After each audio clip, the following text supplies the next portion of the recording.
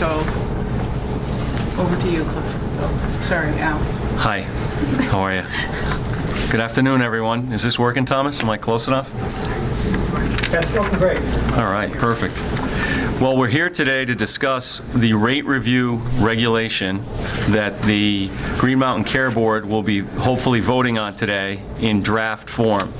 Effective January 1st, 2012, the Green Mountain Care Board has been tasked by the legislature to review rate requests after a process that they go through with BISCA. So it's nice to have our friends from BISCA here today. I'm glad you're going next. Glad you're here to hear this dialogue. The first step in this process is for us to write a rule, a regulation, and we are asking for emergency rulemaking procedures to bring the rule to law. The first step of which is to obviously vote today as a board. The rule, if voted on today, will be made available on our website on Monday to all interested parties. We will not have a copy of it available today. Luckily, I brought Cliff here with me, and he's going to discuss the rule in a little bit of detail, and we'll go from there. Good. I think you all have copies of the draft regulation. Thanks. No. Sorry? No. No, this is just a working draft. I should explain that this draft may well be amended, changed, altered before it goes final, thanks to public comment, input, and so on. This is just a very early stage. But it's my understanding that although legislation is in process to give us emergency authority to do this reg, we're going to get started with the public input anyway. And that the emergency reg authority is in the Budget Adjustment Act, right? It's in the Budget Adjustment Act, that's right. Just a brief background on this. Although that section of Title III that allows emergency rulemaking allows you to use any process you want.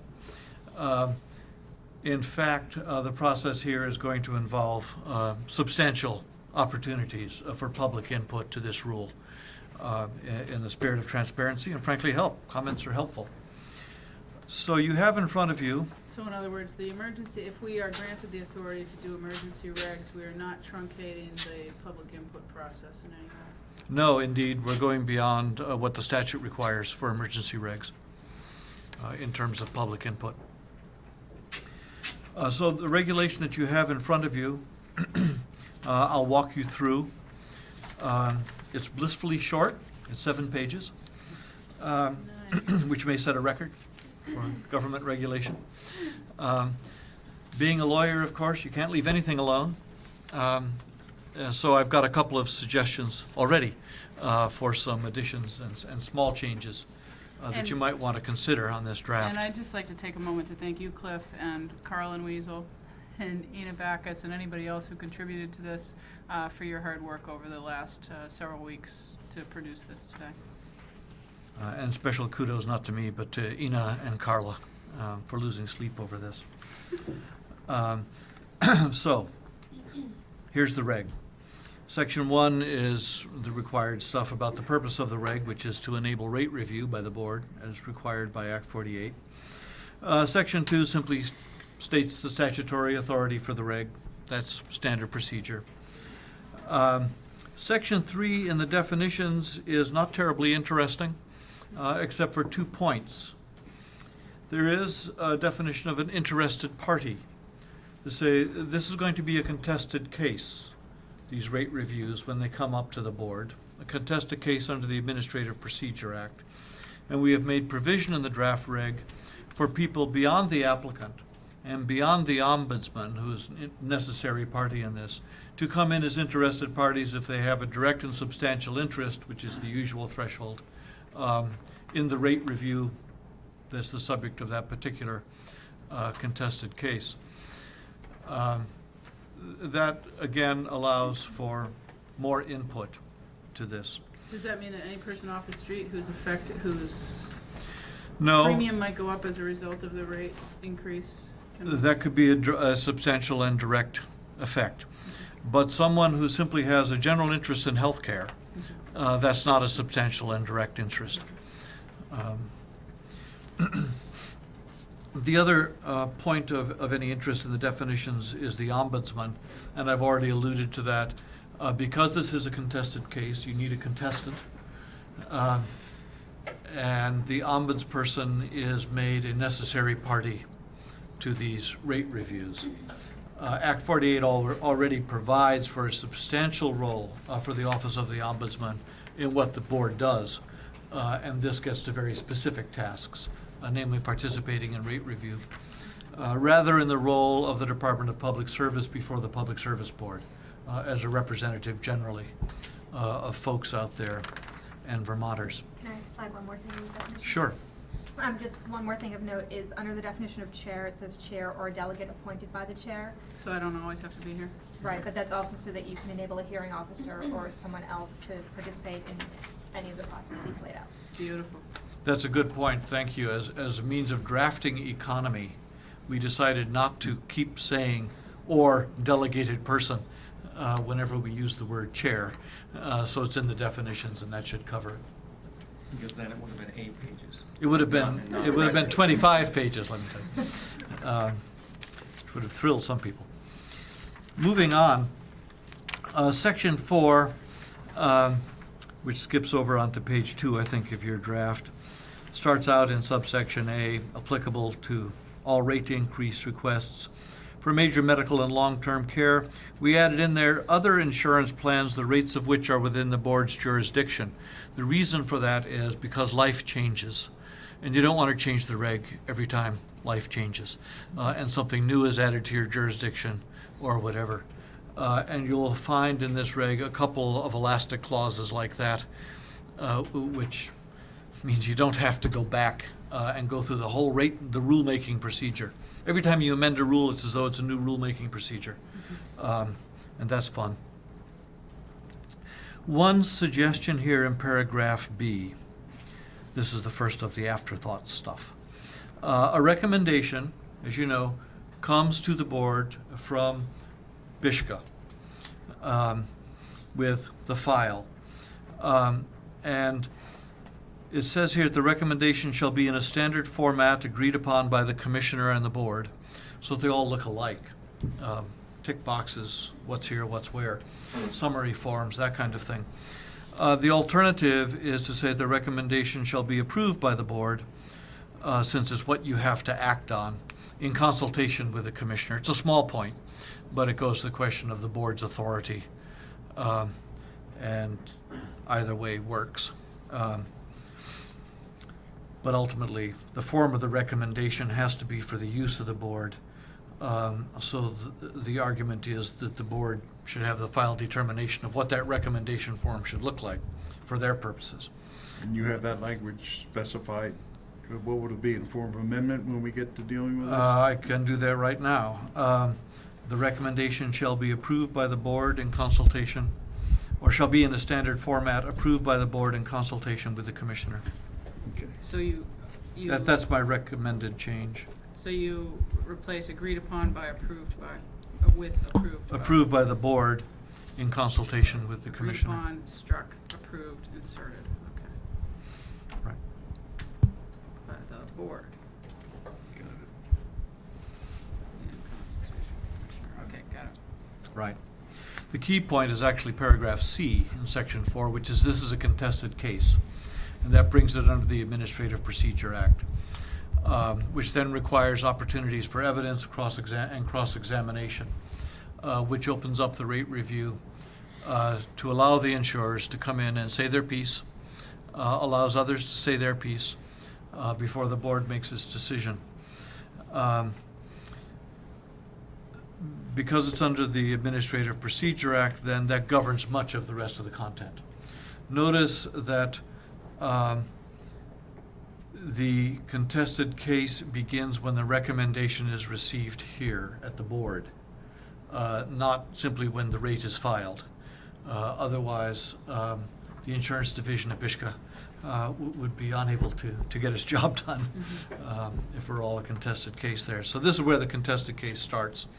There are some timing and issues. just to be clear, Cliff, Yep. in the absence of this, so like if we don't get emergency regulatory authority and we have to wait through the normal process, we don't have this structure in place, and we then do what? I mean, it seems like this is what triggers the formal process with rules about how we do business. Right. Two things happen if this rule does not go into place, at least until it can work through the long form, 6-month-long regulatory process. First, while the insurers can show up and the ombudsperson can show up, they're in the gallery. They aren't parties to what you do. Second, the entire rate review by the board would take place at a meeting like this, rather than, say, having some board members, you take charge of this rate filing, you get really into the weeds on this, and this is your bailiwick. My understanding is that just on major medical, we get 100 to 150 filings a year, rate filings. A typical major medical filing, I'm told, can run 40 to 60 pages. You can do the math. If you had to, every Tuesday and Thursday, or more often, sit down at one of these meetings and go through the file page by page, all of you, you couldn't get anything else done. So the virtue of putting it in, the two virtues of putting it into a contested case is it gives the ombudsman and the insurer a place at the table, which I suspect they'll appreciate. The second thing it does is allows you to do some work offline in terms of just wading through the mass of paper that's going to be involved to get this job done.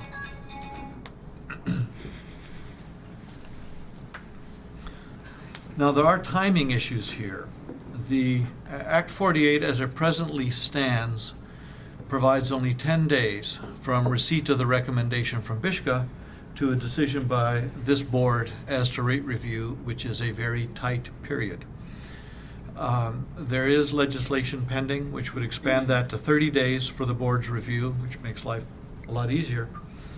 But we have had to, in the next section here, work on making sure people are aware of the rate increases long before the board gets its 10 days, just in case you're still limited to 10 days. And that has been a major struggle as to how to work out that timeline. And the change from 10 to 30 is also in budget adjustment or in the No. omnibus? It's in 559, H559, the omnibus health bill. Cliff, if I could here, I just want to say that, while we were working on this,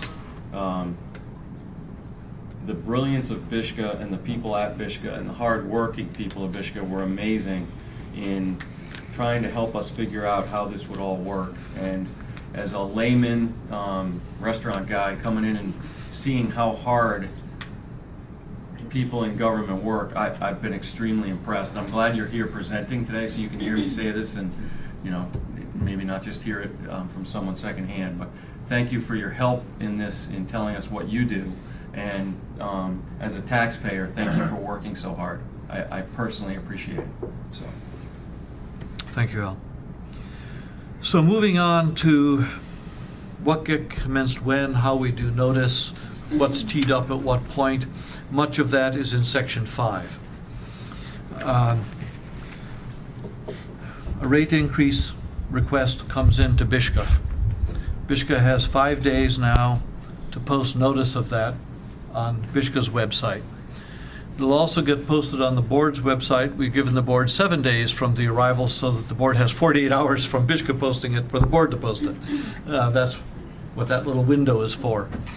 And that, according to this rule, which becomes the law of the state if it's approved, is notice to the general public for purposes of this proceeding. So everybody should be teed up. It's on the website. That was the object of transparency in Act 48, was to get this stuff up where people could see it. People who are interested and will be following rate increases, and there are organizations out there who will do that, will then be on notice of these rate increases, both from Bishka's website, if they're following that, and from the board's website. In addition, because the insurer, who's a necessary party, already knows about their rate increase, the next section, Section 5B, says that we will go the extra step, the board, and give notice to the ombudsperson in case they're not looking at the website. So the ombudsman's office is up to speed long before the recommendation comes to the board. And there'll be no prejudice here. We're trying to avoid prejudice by the short time frame, the 10-day frame. So long before the folks at Bishka are doing their actuarial memos and whatever happens, the most relevant parties, the Ombudsman's Office and the insurer, are on notice of all of this, as is the general public. Then C says, Section 5C says what I've already said. When it arrives at the board, that initiates the contested case. At that point, we provide to those who are then parties, I'll come to interested parties later, notice of a hearing date. If we have 30 days, that makes life a lot easier. If we don't have 30 days, it makes life a lot tougher. However, since people will be on notice within a matter of a week after the rate is filed, maybe 2 months earlier, they'll have a chance to prepare. It isn't as though they'll get blindsided by saying the hearing. But this means every single rate increase triggers a hearing. It triggers a hearing, but there's a waiver provision in here. Parties can always waive hearing and just get So if we get one that we don't think is unreasonable, we can schedule the hearing, but then nobody shows up. we don't do it. We Or don't people end up will doing it. waive. There are other things which we can't get into today as to ex parte communications between a party to the contested case and you as to how you feel about the rate increase. But let me put it this way. My understanding is that although there's an appeal process for an appeal from the Commissioner of Bishka's rate decisions, in the past, in the living memory of everyone I've talked to downstairs, only happened once. It's not... Not used a lot. The rates wind up getting issued, though there is an appeal process from the board's decision here. So it comes to the board, the recommendation. The board provides notice to the ombudsman in case they weren't watching, and a contested case is initiated. I like this. With a person of suitable age and discretion, so it can't be delivered to my son. No, your son is not an agent for service.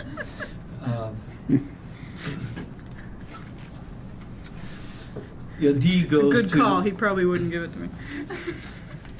D goes to service of stuff, motions, pleadings, etc. Notice the last line of D, though, which says that this subsection on how you affect service does not apply to those notices you have to give out. You don't have to serve the web page, Right. on everybody you can think of. You don't have to serve the ombudsman and so forth. Those initial things are done in the ordinary course, as provided for in the rule. There's also provision here for boilerplate procedures, for standard form as to this is how hearings are conducted, this is where we meet, and so forth, which won't change over time. And there will be guidance for folks as to how these things are conducted, so you don't have to keep rewriting one for every hearing. Notice E, it's the 21st century. Filing of papers with the board can be done electronically pursuant to whatever procedures the board may establish, a special email address or whatever.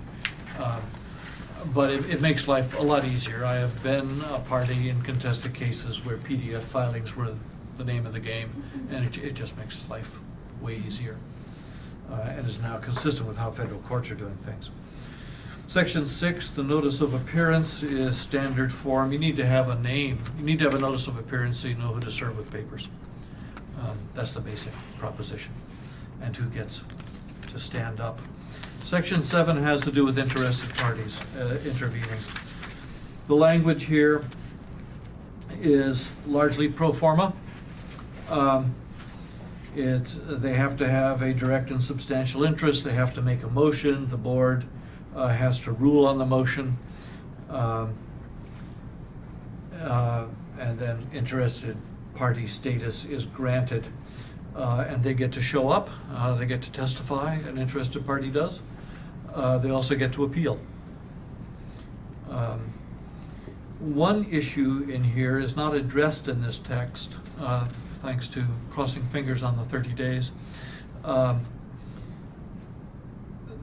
The interested, remember, notice of the rate increase goes out within a matter of a week, say, of it actually being filed, and that's notice to the public. And a would-be interested party has 10 days in which to seek interested party status, because we presume that most of the folks out there will be watching this stuff. But if we only have 10 days, then we might find out on day 10 that somebody, That comes later. okay. Because the 10 days for the interested party starts as soon as notice of the rate increase goes up Okay. on the Got website, it. months before your 10 days starts to run.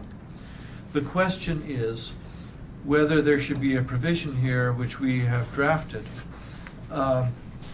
which would say, the chair may extend this 10-day period for good cause shown. This is that amendment, which I'm just suggesting now, it's up to you folks, would be consistent with our CON regulation, which also has a time limit on coming in as interested party, but for good cause shown. I was in the hospital. I'm directly affected by this. I was unconscious in the ICU. I couldn't get there. But nonetheless, this CON directly affects my treatment, that kind of thing. Okay. So the suggestion is that we add to section 7A a provision that the chair may extend that deadline for good cause shown. The rest of it is fairly standard form stuff on interested parties. They have to serve the motion on everybody else. But look at section C.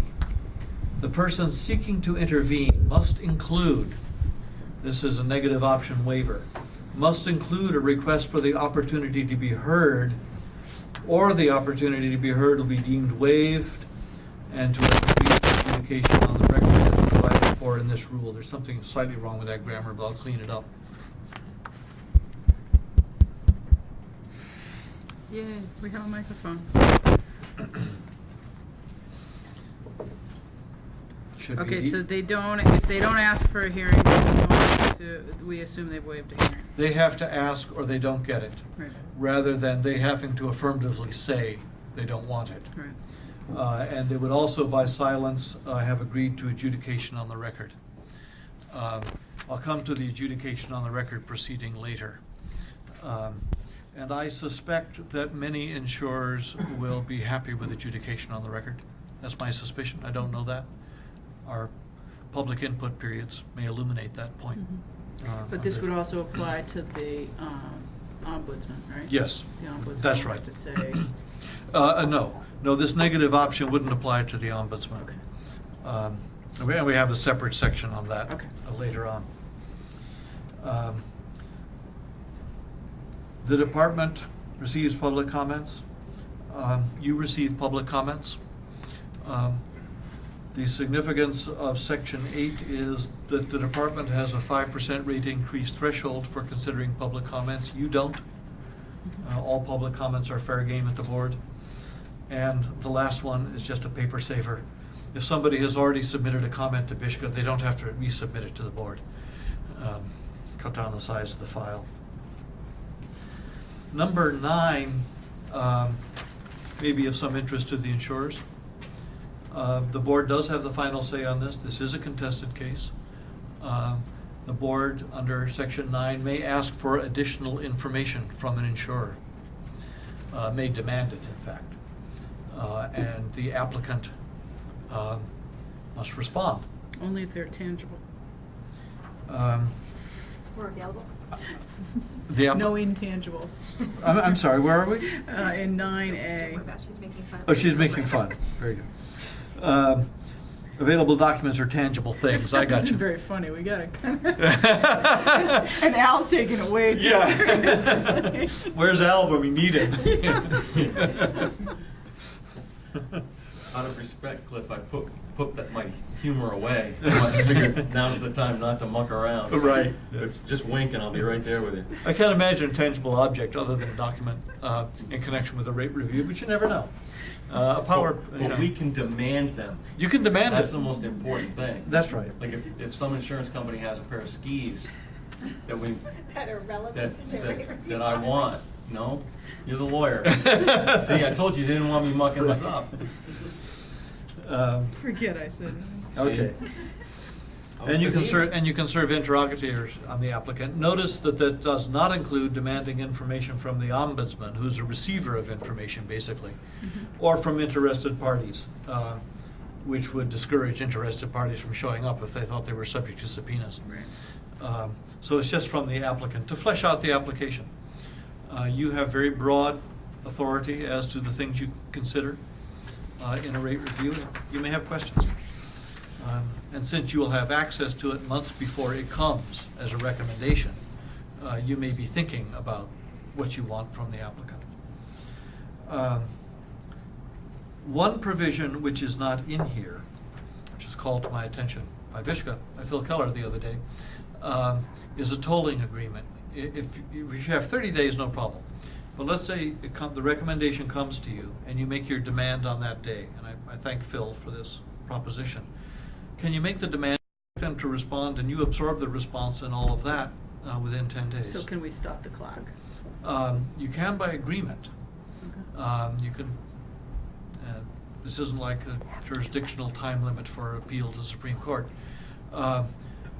It's conceivable, however, that an insurance company might say, "Thank you for your demand. We appreciate it, and we're not going to stop the clock. So you're going to get our response on day 9." That's an issue, and I don't have a solution for it. Now,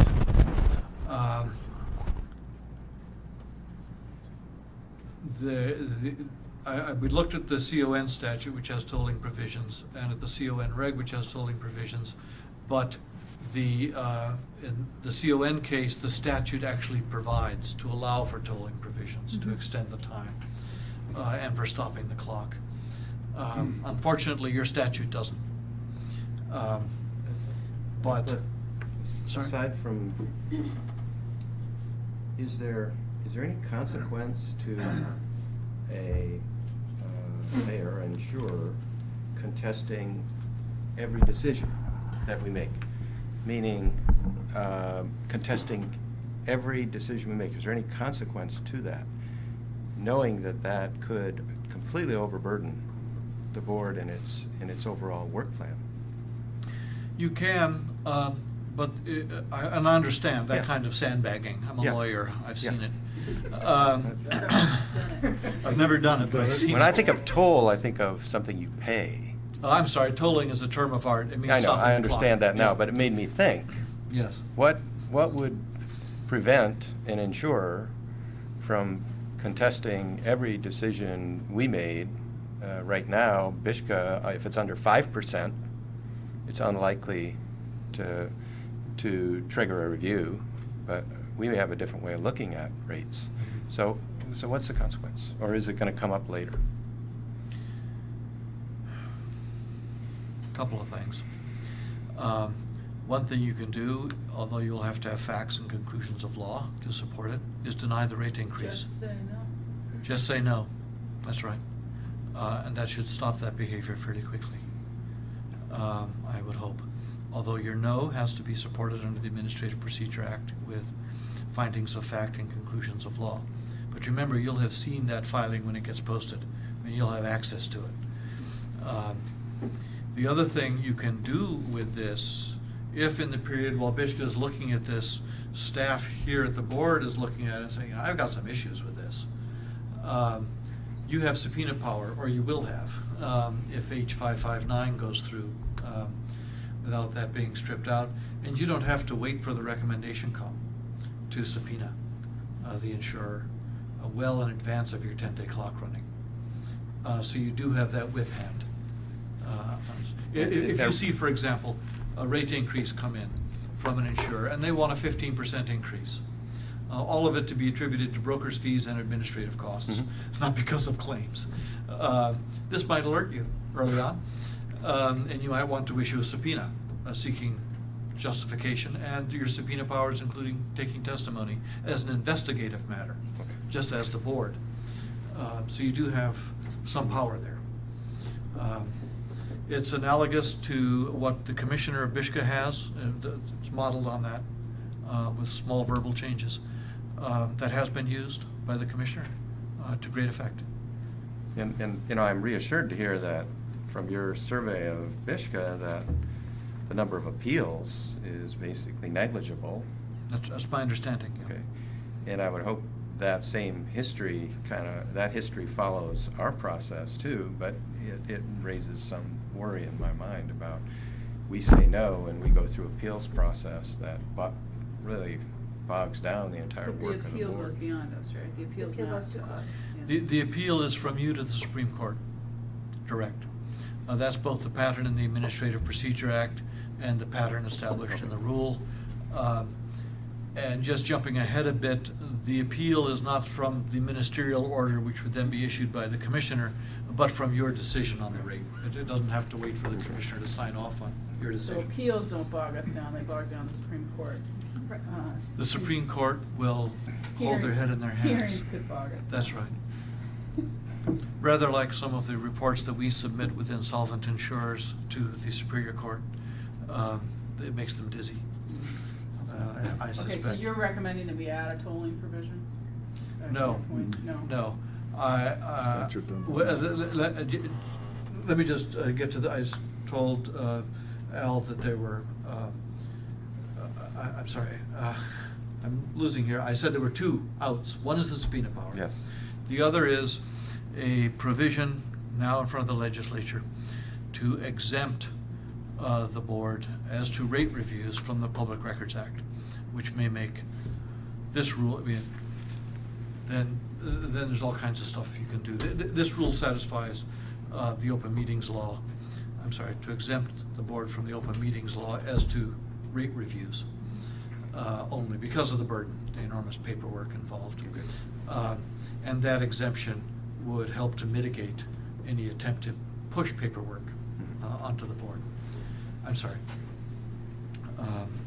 Where was I? So I think the proposal was that we have your insert language related to stopping the clock by agreement with the carriers? Right, Or that's is what I that, was- is that something that formally has to be in the rule, or is that a separate communication you would have with the carrier at each rate review filing? It doesn't have to be in the rule. I know it's in some of Bishka's rules. I don't think it needs to be there. Okay. Parties in court can stipulate on deadlines that are imposed, sometimes with the approval of the court. But here, you are the court, so the approval is Okay. right let's keep there. moving. Okay, that's demands for information. There is one issue here under the demands for information, it's the top of page 4. And that is that we may make, the board may make a demand for information on an insurer, and the insurer may claim confidentiality.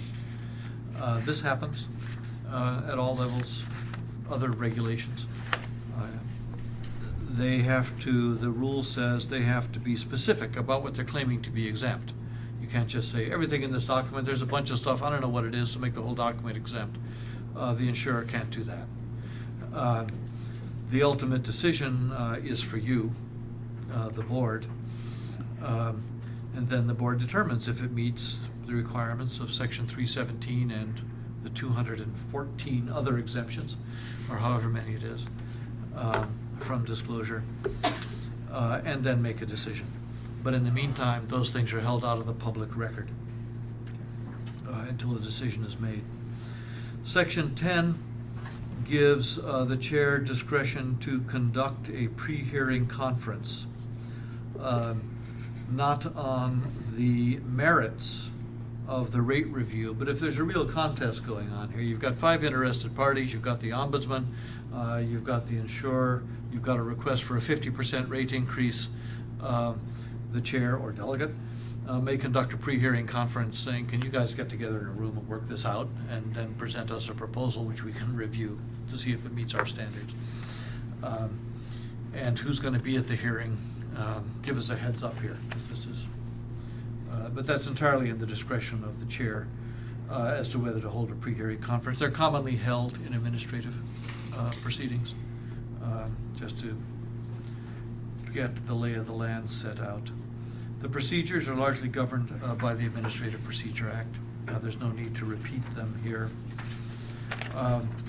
Section 11B does say that the ombudsman is a party, period. Currently at Bishka, the ombudsperson has, say in the certificate of need process, has the right by law to declare we are an interested party, we're in. They don't have to justify it. But this makes the ombudsperson an interested party regardless. Subsection C allows the chair to appoint a hearing officer. That's fairly straightforward. I think there's a lettering problem here with the capital C. You can change that.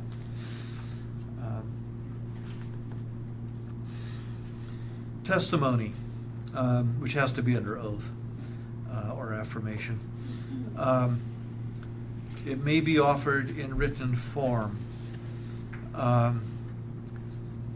I think we might want to amend that to say, amend it slightly to say the chair may require written form on direct testimony.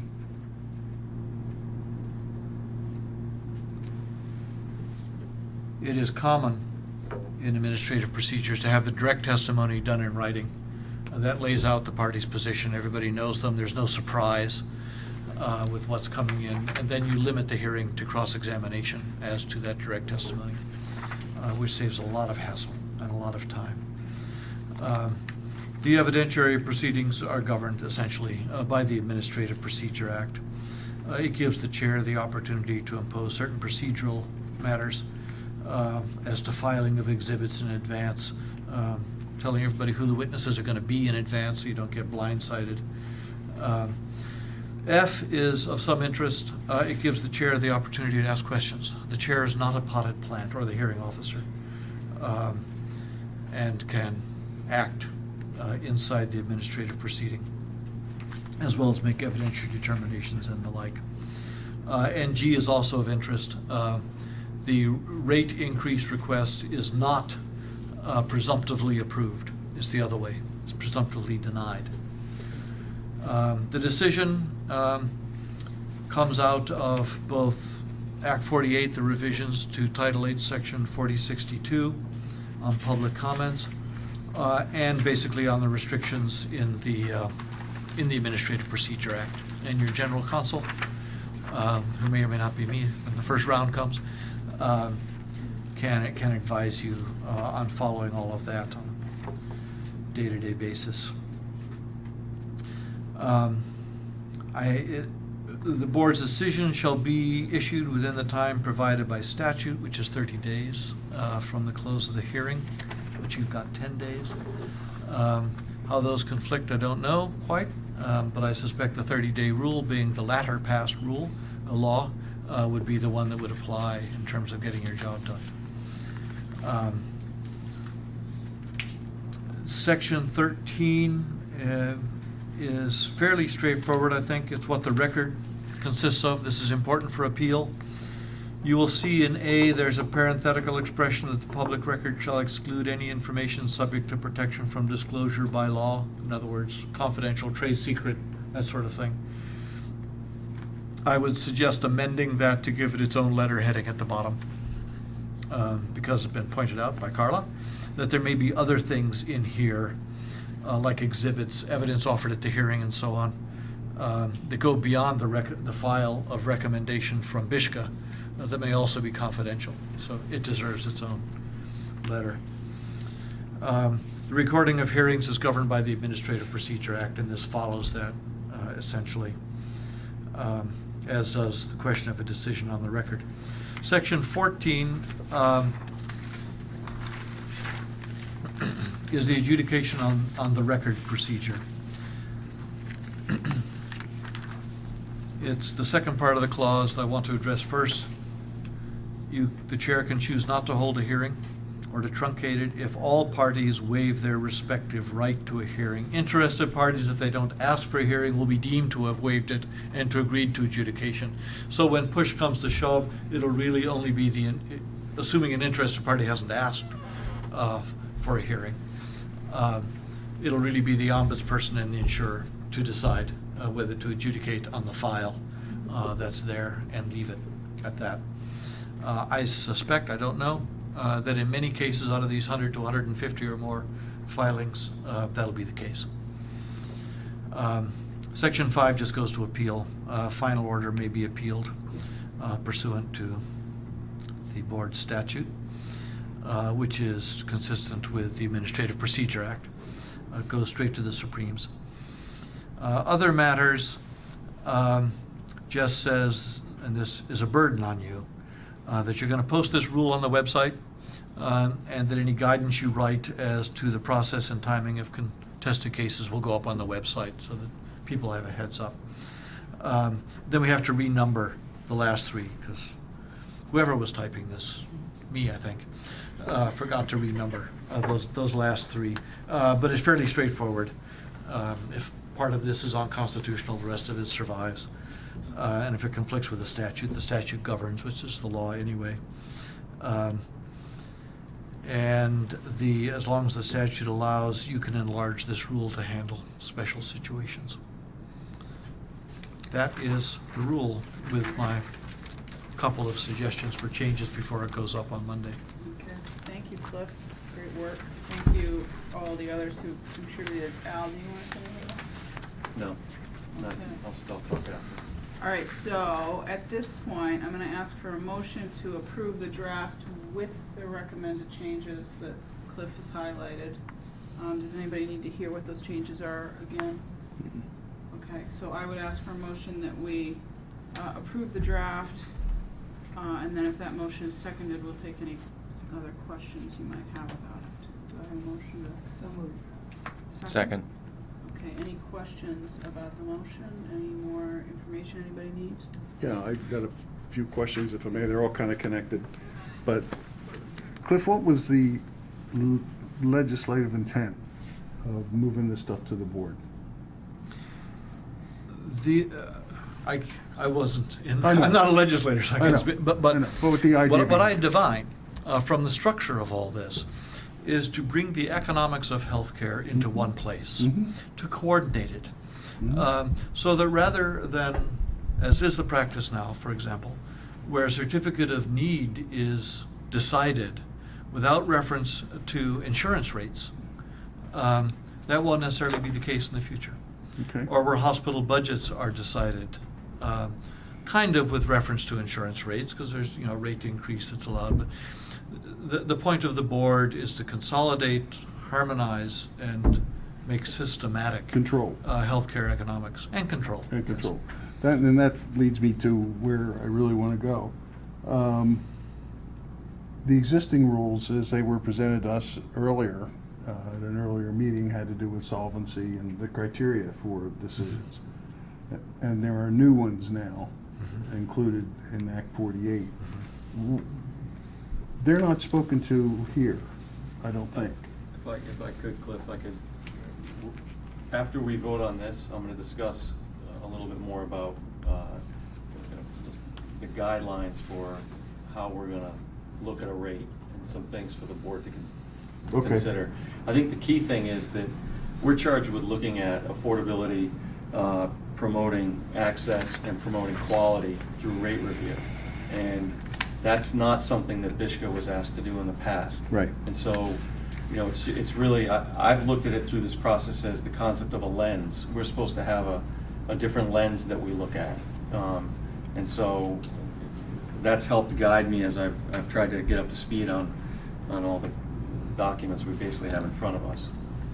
But actually, just to allay a little bit of concern, on the top of page 6, it lists those basic underlying requirements from Act 48. That, Top of page 6? Top of page 6, yes, sir. In the decision. Under decision section 12. I got it. So that's direct from the statute, just Okay. put in a different order, I think. Okay. And Should- if, sorry. I'm just wondering, should that reference the statute? It does. It's Sorry, on the where? prior Does. page. The requirements of the underlying statutes. Okay, got it. All right. Karen? I have a question, which you may or may not be able to answer, but I'm wondering, as we look for wisdom from others, is there a state which has an independent board that has assumed this type of responsibility as opposed to a state agency with regulatory authority? Are we really I covering new don't ground know, here? I New don't ground. know that there is any state which has come up with something like the It Green does. Mountain Care Board. The early 90s, Massachusetts had a 3-member regulatory body, and we're actually having one of those members come to speak to us in early February about what they did down there. In Rhode Island, their state agency has similar responsibilities and criteria that we have, but they're actually also just in the midst of implementing it. And their commissioners coming up to speak with us about what they're doing in late February. Yeah. Well, just a thought that, to have an independent lens, I think is a very wise one, not just to centralize authority so much, is as a kind of different credibility. I'm just thinking of the analogy of the National Academy of Sciences, which in a sense was formed under President Lincoln, but is independent for the purpose of being able to advise the government and others. And it just seems very consistent with that role that we would have this regulatory authority. Yeah, I don't know of any other state that has anything quite like this. And then in the case of Rhode Island, which I'm fairly familiar with, what they have is a statute that says that the commissioner, so equivalent to the Bishka commissioner, has to take into account affordability. They've found that hard to operationalize because they have both the traditional Bishka responsibility of solvency and affordability, and I think the tradition sort of has governed their process to a great degree until now, but they are trying to introduce affordability, and it's a little tricky. In doing the research for all this, Oregon actually has sort of an affordability quest that they've undertaken, trying to look through a different lens. I actually looked into the way Switzerland does their rate review, because they demand that all basic benefit providers are no profit, is the way they word it, not nonprofit. And they basically do it the way Bishka does it now, with looking for reasonableness of rate. So there's not we're a little bit, we might be 5 minutes ahead of the rest of the pack. So. Well, I look at this as, like you do, Cliff, as a real important effort to bring the providers of healthcare and the payers of healthcare together in their responsibility, because we also have the statutory responsibility for setting budgets for providers, whether it be hospital physician groups or physician groups. So having these two responsibilities, though they are daunting, to me is a way for the first time as a provider to think that now I am going to have to work in an integrated way with the payer to achieve a goal. So. Other questions for Cliff? No? Okay. Yeah, excuse me. This may sound a little far-fetched, but, we've all got to have our own standards for making our own decisions on this stuff. And I've got a couple I just want to ask to see how does this have the potential of simplifying healthcare, this whole process, in any meaningful way? In other words, or is it simply a recasting of what we've always done and maybe do it in a little different fashion? Does this have the potential of simplifying the process? Is that a question for Cliff or? Yeah, I don't care. I would answer it that, that's something, for those in the audience who don't know, that's Khan's secret question, is how do we simplify things? And so it echoes in my brain whenever I'm working on anything, because I know he's going to walk into my office at any point in time and say, but how have you simplified something? And so I've thought about it in terms of this quite a bit. And I think one of the points is, I'm a collaborative person, and I think that as we work with insurance companies, the question's gonna be, you know, it could be adversarial where they try to bury us with a ton of paperwork, but what if it was collaborative? And what if we actually could make this process simpler, Con? And I think that's gonna come with time, and that doesn't necessarily come in a rule. No, I that, you know, understand. But potential is a key word. I would hope, when I found out how many times the rate reviews are done and all the quarterly, you know, and all the submissions, I thought, you know, this is a tremendous candidate for simplicity. Rhode Island does it once a year, you know, that they have a So period of time. these rules would allow us to begin some kind of a process to consolidate some of this stuff, some of the filings, for example.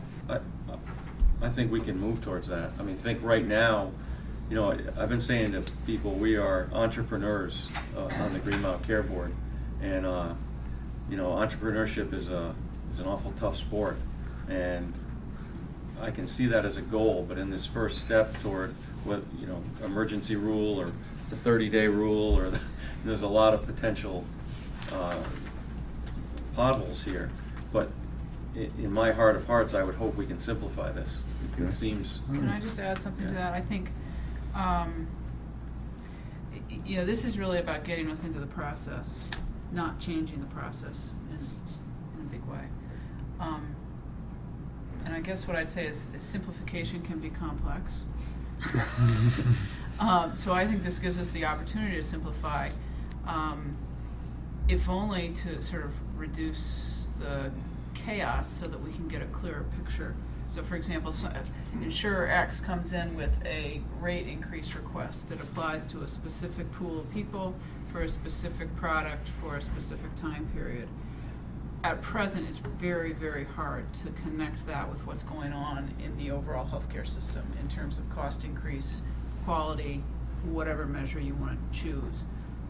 Our job is to try to start to make those connections. This gets us started on it, but it's a complex Okay, I process understand to that. simplify Yeah. even just Well, the I mean, you know, I the picture you get out of certainly it. wasn't looking for the answer. It's going to make it more complicated. Well, no, but I think that one of the things here is that the insurance companies are working on a lot of things that we want to be working on. You know, they're working on wellness, and they're working on payment reform, and you know, it would be great to collaborate with them on that, and to know their successes and their failures, and then to simplify a way of looking at that. So I think some of that's going to come through, I hate to use the word again, but collaboration. Okay. And I won't belabor this because I've got 7 of these questions I asked myself, and I just want to ask 2 of them today. Will it help bend the overall cost curve? Depends on what decisions we make. Okay? That's as good as we can do? what do you mean? I think that is our charge. So It- the reason for us to be in this process is to try to bend the curve in a way that wasn't possible, but we need to make decisions as we are in the process that are consistent with that. Okay, so maybe I ought to hold my criteria for Yourself. those decisions. Mhm. Okay, all right. But also, I would say that bending the cost curve can't simply be, you know, a thumb down on price. You know what I mean? I understand. If you look at, you know, everything we're working on, and I think this was Cliff's point, everything that we're working on is an attempt to bring a new way of thinking or doing or paying to the system. And when we talked with Blue Cross, for example, they had ideas that they were working on. And so the thumb on the price thing. That wasn't what I was suggesting, Al. I'm agreeing with you, is what I'm saying. If that's the only skill we have in our bag, not really gonna get far, but it's the working on the things that actually fundamentally change the system. Well, I was expecting to hear that the new criteria in Act 48 would help that. Well, it depends on how we apply it. Yeah, Right. yeah. I mean, we could decide 20% rate increases are just fine, and then we wouldn't be doing it. Right. Okay. This is helpful. Thank you. And I think what I'm gonna talk about next will also help you, Con. Okay. And it's a way for the payers to start thinking about models that are not necessarily bound to fee-for-service, because they know we are using that as a criteria for how we look at new rates. All right, any other questions or comments? All right, we have a motion on the table, it's been seconded. All those in favor of approving the draft regulation with the amendments suggested by Cliff, please signify by saying aye. Aye. All right, no opposed, the motion has passed. Guidelines. We are now going to go to Al talking about guidelines. And you have in front of you one piece of paper that says Green Mountain Care Board General Guidance for Rate Review on top of it. And this And document, Cliff's going to escape. I have an appointment. thank you, Doug. Thanks, Cliff. Have fun in finance. Yes. Everyone's favorite place to be. Cliff, thank you on your way out. Yeah, thanks a lot, Cliff. Thanks, Cliff. So, general guidelines for rate review. This is something that the board needs to work on, and I'm going to kind of do a 30,000-foot overview, and we will have to get to more detail. The key thing here is that nothing that we're going to talk about under guidelines are intended to be limiting or binding. These are general guidelines so that that someone submitting a rate review would understand kind of where we're coming from. And so things we have to think about are the MLR. And what I want us to consider is going by the federal MLR and not creating some way of measuring it on our own. A lot of work's been done for the Affordable Care Act for that, and a process is in place, for example, and we should be thinking about that as we go through stakeholder engagement and the engagement with the public in this process. We also are going to take a look at, Anya was alluding to it, but we need to understand how any one insurance rate request fits into the overall marketplace in terms of the medical trend or medical inflation for the marketplace that our board is looking at. So any information that a carrier could give us to help us understand their market basket would be a benefit to the board. And lastly, I alluded to it earlier, but it's imperative that we understand, possibly annually, how insurance companies are reforming payment, what they're doing to take risks in the marketplace, and where they're seeing a return. And that could be with wellness or payment reform or other initiatives that they have. And I think that is, that could be a fundamental move forward if we can work together on that. So that's just some things for us to think about. We don't have to vote on this, but I just wanted to put it out there today. So Can I just say D seems a little limited to me in the sense that it talks about payment reform, and that's very important. We want to know about that, but we might want to broaden that to make sure it covers sort of the whole waterfront of things that we might be introducing, criteria we might be introducing to the process that aren't currently considered. So things like improvements to the health of the population, other high priorities. I see Ken in the back of the room, so maybe we want to ask about integration of physical and mental health and how they're working on that, access to care. So kind of a broader range of things. And actually, both Blue Cross Blue Shield and MVP are coming in to visit us in the next few weeks, so I think the board will have an opportunity to ask them. We've given them some questions in advance, but can ask them anything that pops up in this area. So I'm just suggesting D you might want to make it more of a catch-all for those things that we are charged to look at that are not part of the current process. definitely. Under the federal part of this, they include health information technology, they include other things. So I'll work on that and get some info out. Great. And that's it. And I think we've thanked people a lot, but I think it's necessary. So thank you, everyone. Thank you. All right, any additional questions for Al on this? So the next step on this is you're going to redraft and Yes. bring it back to us Yep. before. Do we have one of these rate increases coming at us anytime soon? Why don't you let me start my presentation? Okay. All right, so. Be gentle. So we're now going to move on to a briefing on health insurance solvency regulations from Susan and Kai. I believe. I don't know if Kai's going to participate. And I apologize ahead of time on behalf of Con and myself. We have to leave at 2:45 to go to the report. So if you're still going, we're going to hand over the gavel to somebody else. Okay. I don't have a gavel anyway, so.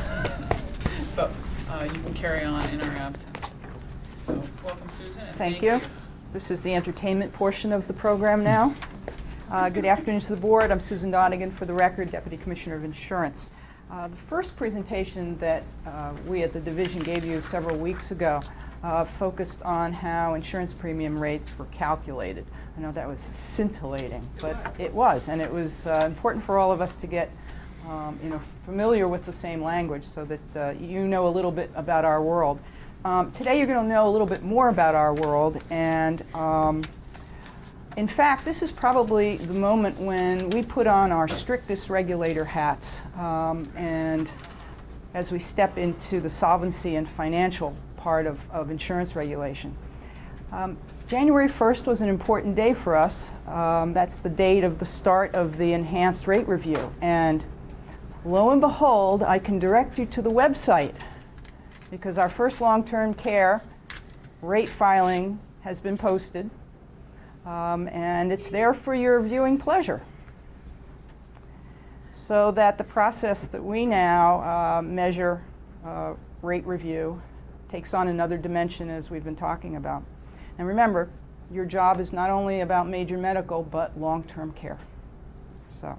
You said that. It's a shame Thomas's camera wasn't facing the board so you could have seen our Blanche. optimistic smiles. Blanche. So the presentation today really stems from your interest and your curiosity, spin this in a good way, in the financial structure of insurance companies. No, we don't. No, I'm sorry, no spinning. We were gonna. But you're not allowed to anymore. We've rescinded spinning.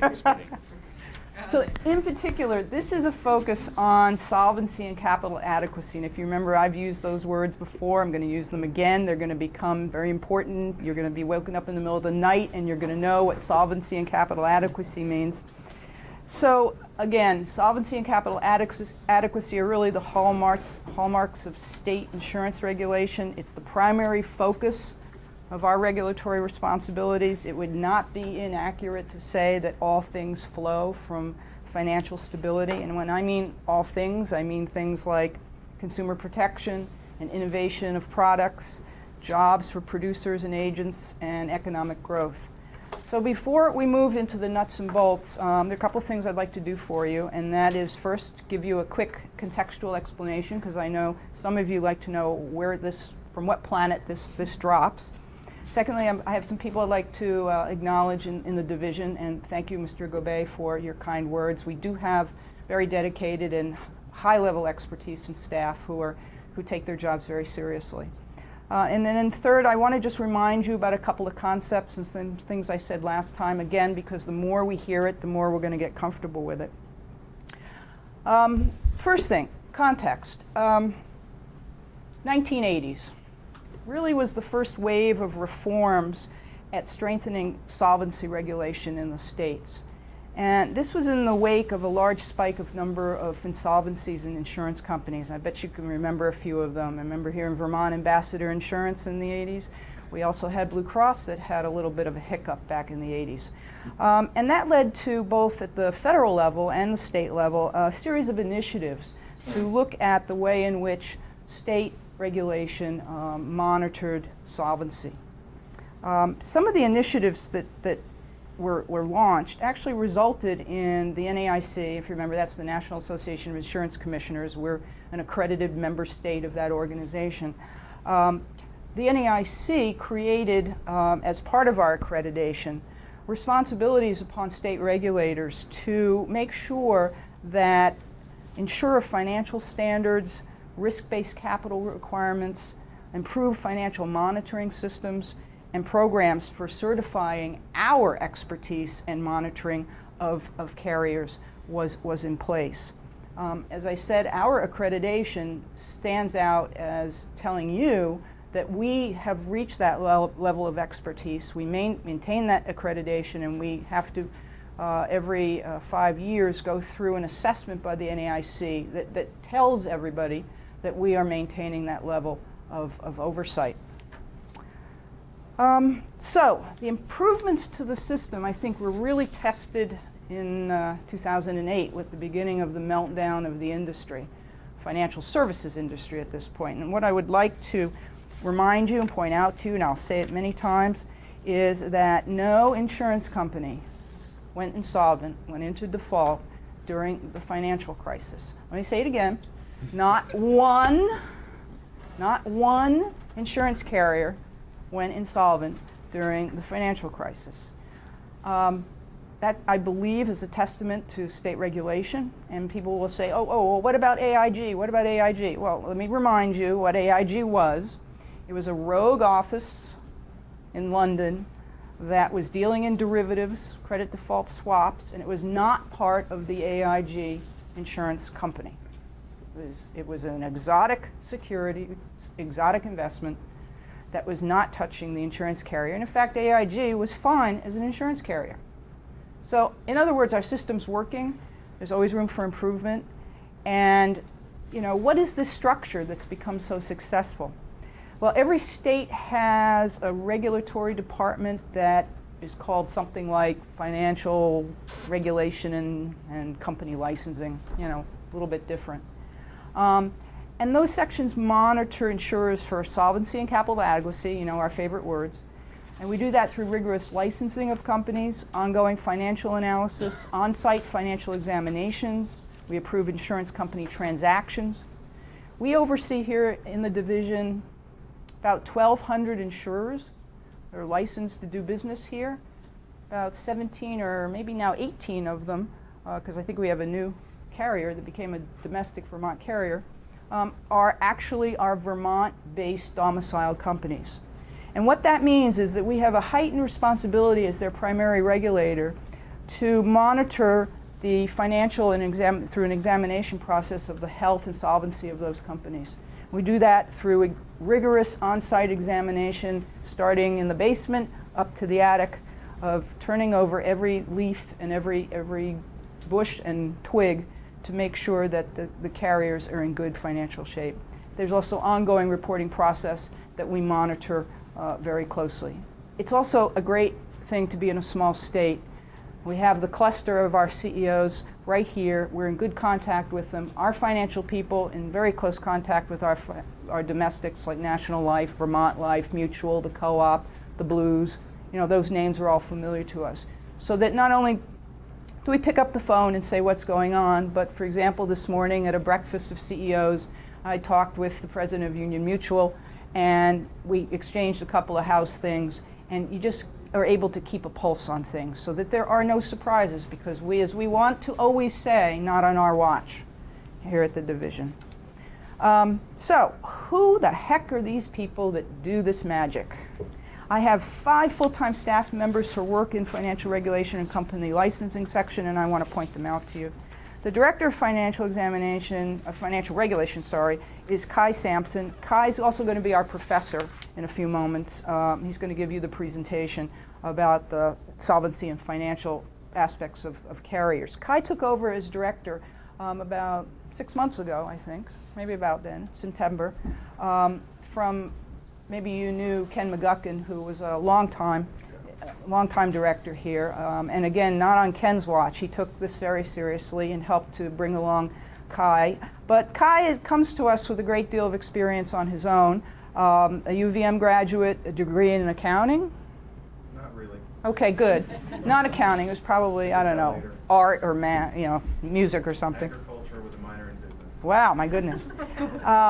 But he did obtain his CPA, and he's also pursuing his master's in public administration. Is that correct? That is correct.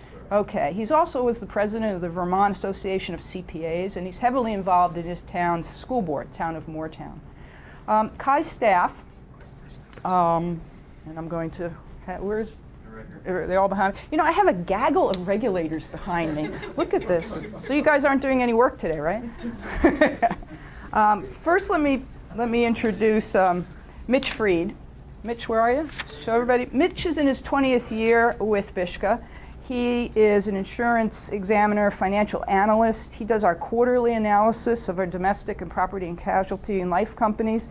He's a UVM grad, and prior to coming to BISHCA, he was also in public accounting and in the industry. And he also shepherds us through our accreditation process, which is no small feat. Jesse Lussier, where's Jesse? Jesse, he's our new member. He's a graduate of Champlain College. He's been with us for a year. He does analysis of health and non-traditional entities, so he's one of our go-to guys. He's also involved in licensing reviews and statutory exams, and he came from a captive management firm, and he had 5 years of public accounting experience, auditing and tax experience before he joined us. Two people that are not here, one is Ellen Adams, who's an 18-year state employee. She's really our program tech and the person that kind of keeps things running for us. Has a bachelor's from Vermont College, and she's also working on a second bachelor's in accounting in order to be able to participate more in the team in our working groups. And she, so she's downstairs actually holding the fort right now, so we can be up here. We have a new hire coming in next week. Her name is Karen Murphy. She's going to be the administrative insurance examiner. She supervises all the exam functions, and she'll be involved in licensing and analysis. And we're very happy to have somebody who's going to bring 15 years of auditing experience in public accounting to the table. And so she'll be joining us next week.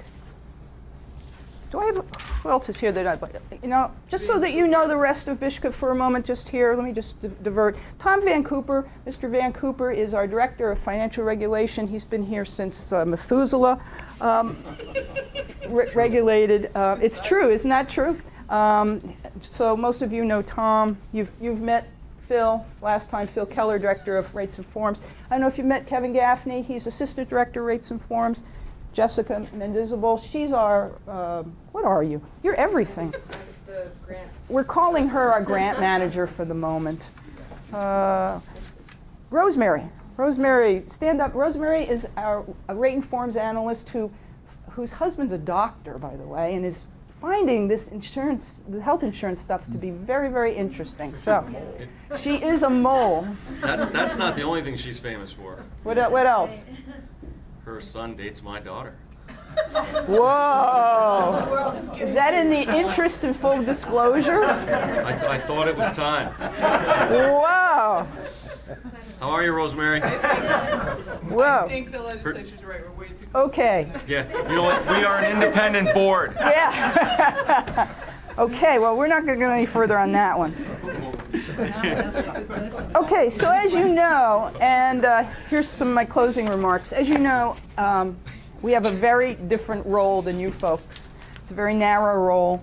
It's about the financial health of the carriers. And so when we talk about simplification and all of those nice policy issues, that's great, and I love to hear it. There are just moments when we're not going to be able to participate in some of those conversations because we have a very different role. So solvency and capital adequacy, as you know, solvency is the carrier's not bankrupt, it has money, it's a going concern. Capital adequacy means there's sufficient assets to pay future claims. Remember, income, two ways for a carrier to have income: through premiums and through investments. So those are the two sources of income, just to refresh your memory. We have short cycle and long tail companies. The short cycle companies, what we talked about last time, major medical, generally the claims go through the cycle in a year. But remember, long-term care is something we're going to tap into 20, 30, 40 years from now, and that's considered a long cycle company. Very different approach. You're going to hear about reserves and surplus. Just remember, reserves is your checking account. Surplus is your savings account. That's the way we're going to approach this. And the other thing Can I just point, because I'm probably going to forget this? Yeah. Can I just point out that Robin Lunge filed a report on integration with the legislature yesterday or the day before, and there's a section in there that talks about the difference between reserves and surplus, which I believe Ina Backus wrote, and it's really good. So Great. Well, somebody in this room wrote it. It was really and good. I think you're going to hear it again. So the last thing I want to tell you before I ask Kai to take over is just to remember that insurers mirror the market. We've talked about a little bit of that. that basically that they are reacting to their rates are reacting to the claims and the real life experience. And so it's a complicated, as we know, many strands, but the carriers are reacting to what's already happened out there. So I'm going to ask Kai to come and make you all experts on the financial structure of risk-bearing entities. 30 minutes. And here, You can keep going beyond that, but Con and I will step out. You'll still have. these are just Some more handouts. handouts. We got more Still have stuff for you. This is just our statute that just talks about risk-based capital for life and health insurers. I know you're going to be reading this at night. Yeah. This is very interesting, but don't Will say... it put us to sleep? Yeah. Don't say we didn't give you full resources. So the title of the presentation is intentionally financial regulation of, oh, I gotta get the mic. Oh, yeah. Financial regulation of risk-bearing entities, just so that I can point out that we go beyond just traditional insurance companies as defined in Chapter 101. We also have a bunch of unique entities, the Vermont League of Cities and Towns, which isn't really an insurance company, but they do pool risk and bear risk.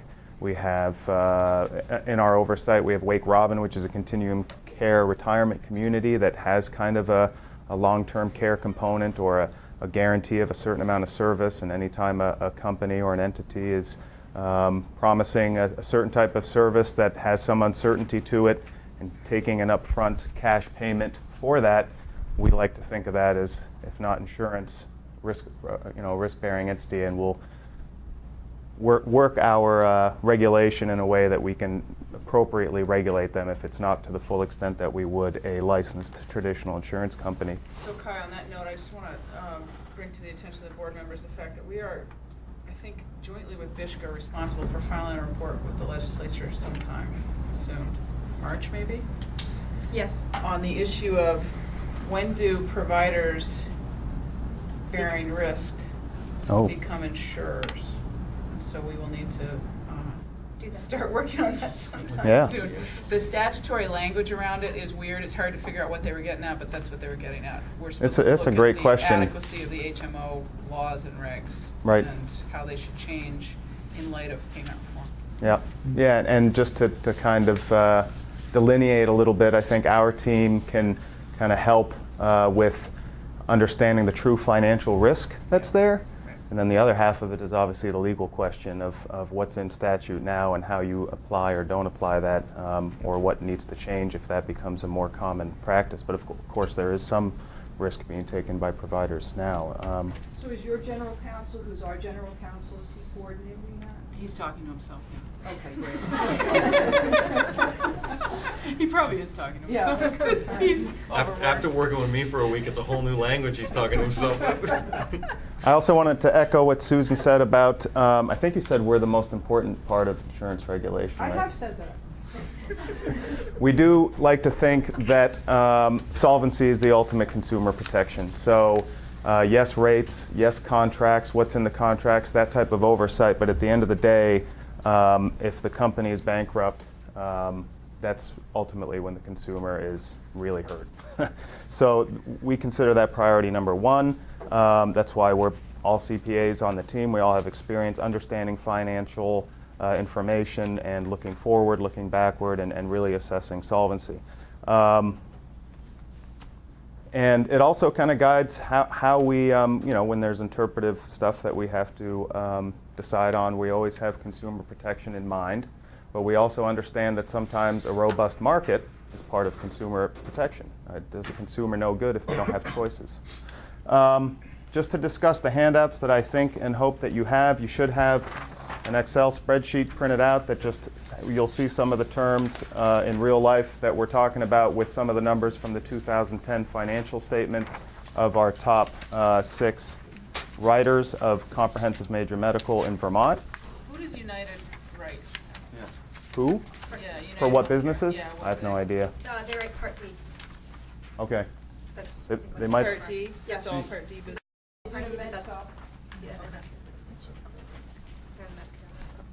And thank you, Jesse, for putting that together.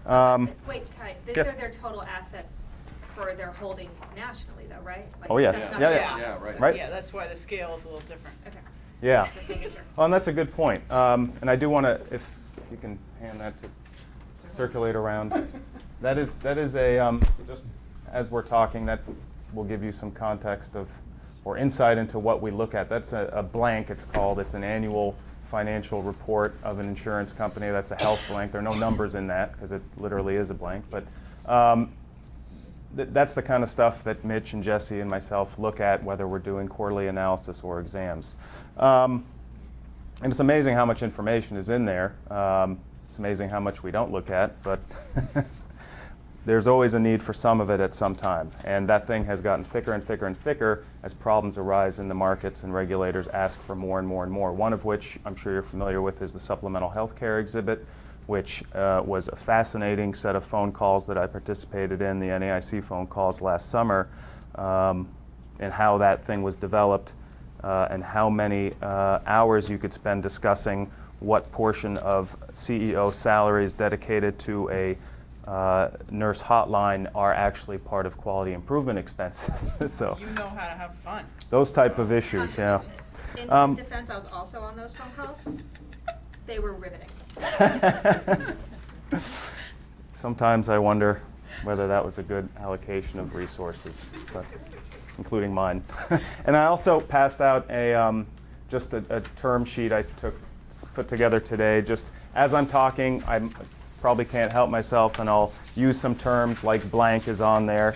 And so I've just defined them here. This is really just not, official that I, looked it up in our statutory accounting principles book and gave you the official definition. This is a working set of definitions for you to get through this presentation and maybe get through your responsibilities on the board when you discuss financial issues. But Susan already introduced the team, so thank you. The team, I think like she said, we do licensing.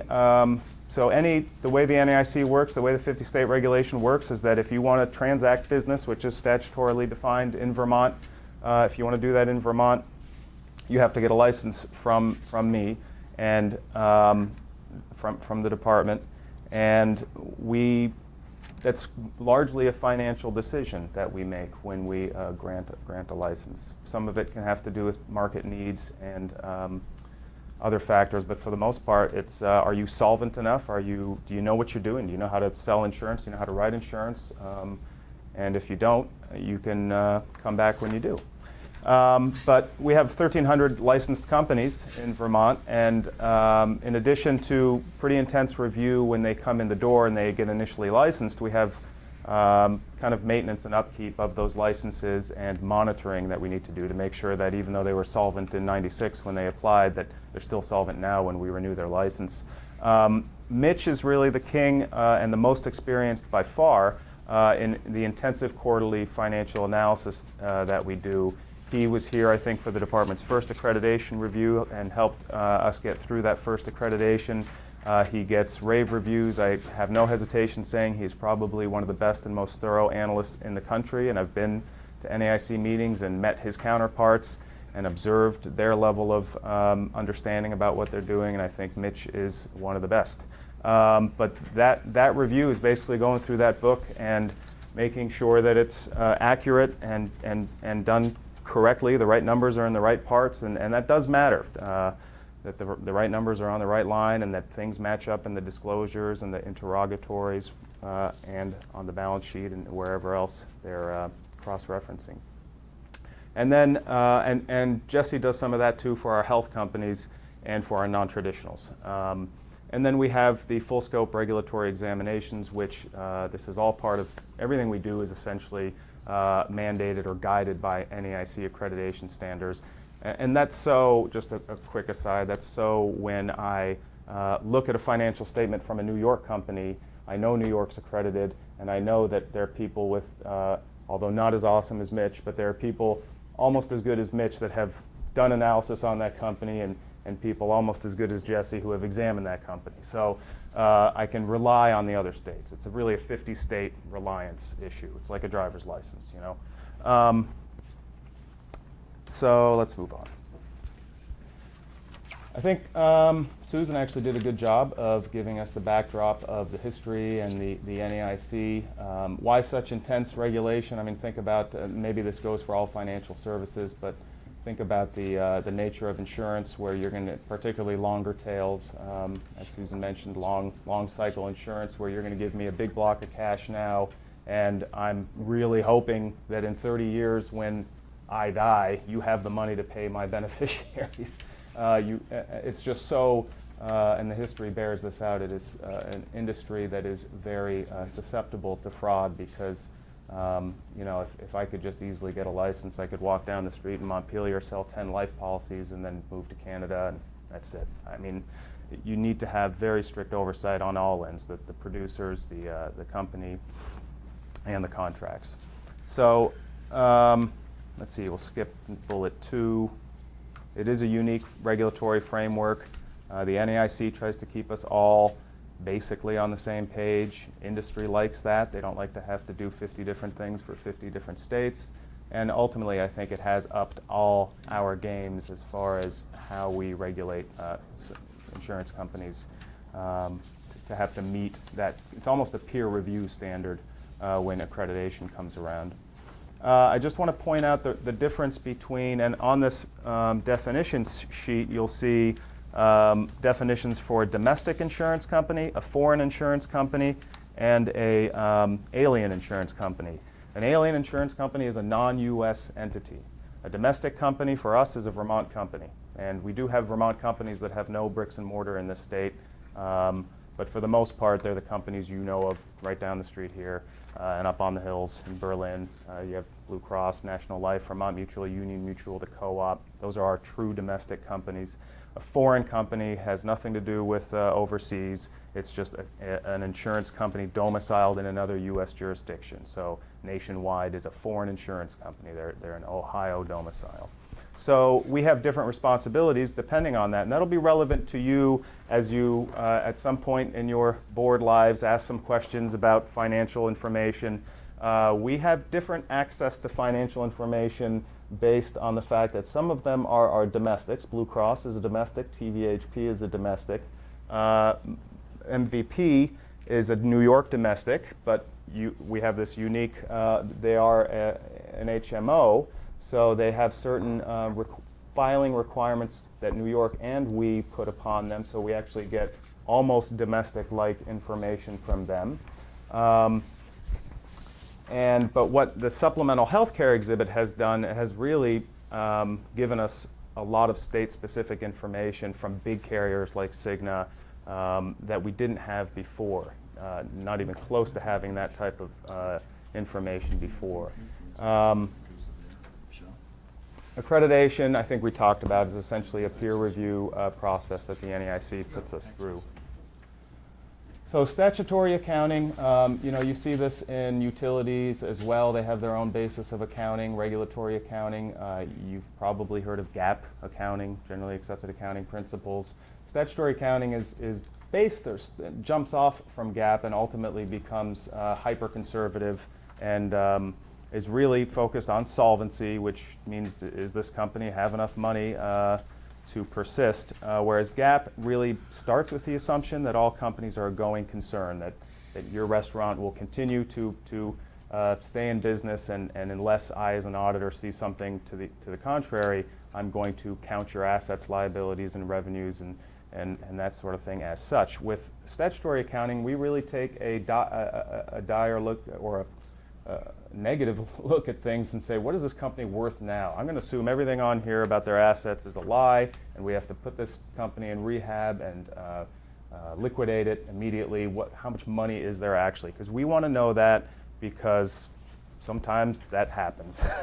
And we really want, and that's again your consumer protection, and particularly for the longer tail insurance companies, when they have certain liabilities on the books and certain assets on the books, we only want the ones that are the real deal. And I think you are all paying attention in 2008 enough to understand that some assets actually have nothing behind them.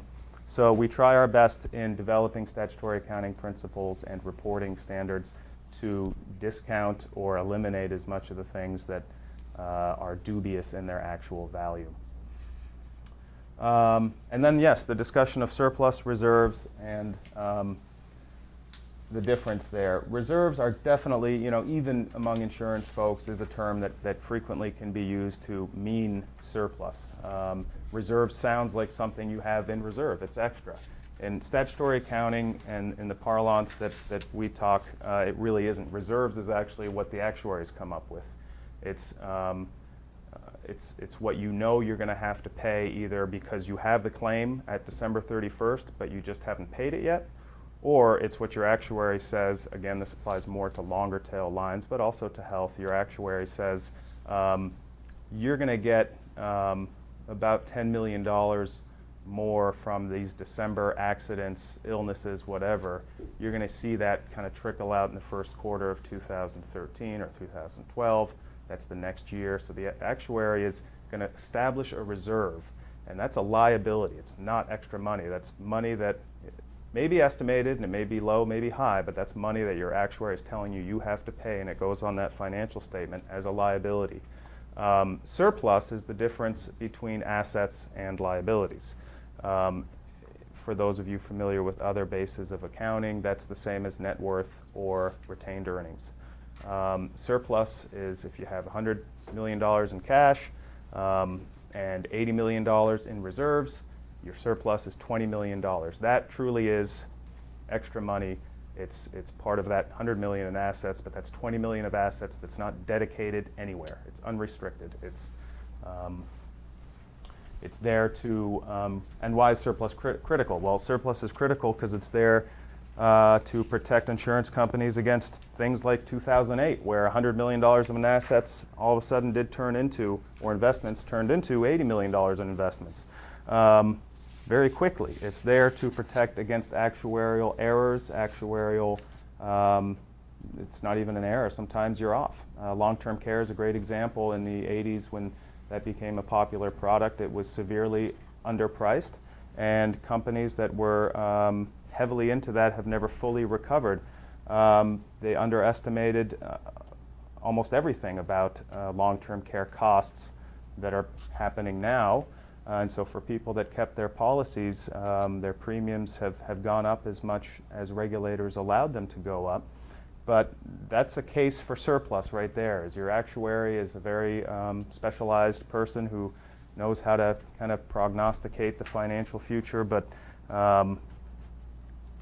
mistakes happen, and sometimes, guessing turns out wrong, and that's when you dip into your surplus. Surplus is also critical for investments in technology, for acquiring other companies, for growth, whatever it is, depends on the company, but that's surplus. It's a safety net, and for carriers, health carriers, you could also think about things that are just not predictable. And if you have an H1N1 epidemic that really was not something, how would we know? You need to have a cushion there to be able to address that within a particular time. So you move into the surplus if for those legitimate things that are totally unpredictable as a safety net.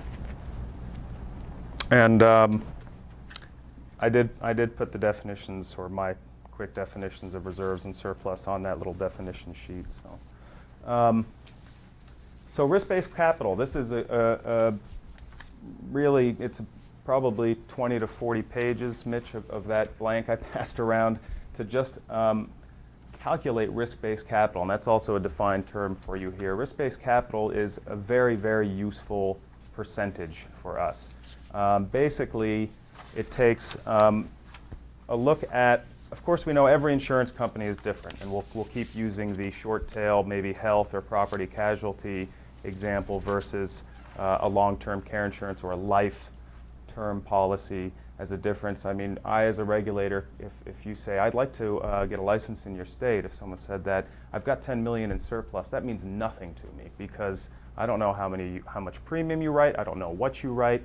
If you write dental insurance that's capped at a $2,000 benefit per member, that's an entirely different risk profile than long-term care insurance or workers' comp, which is basically has unlimited liability for the life of the policyholder.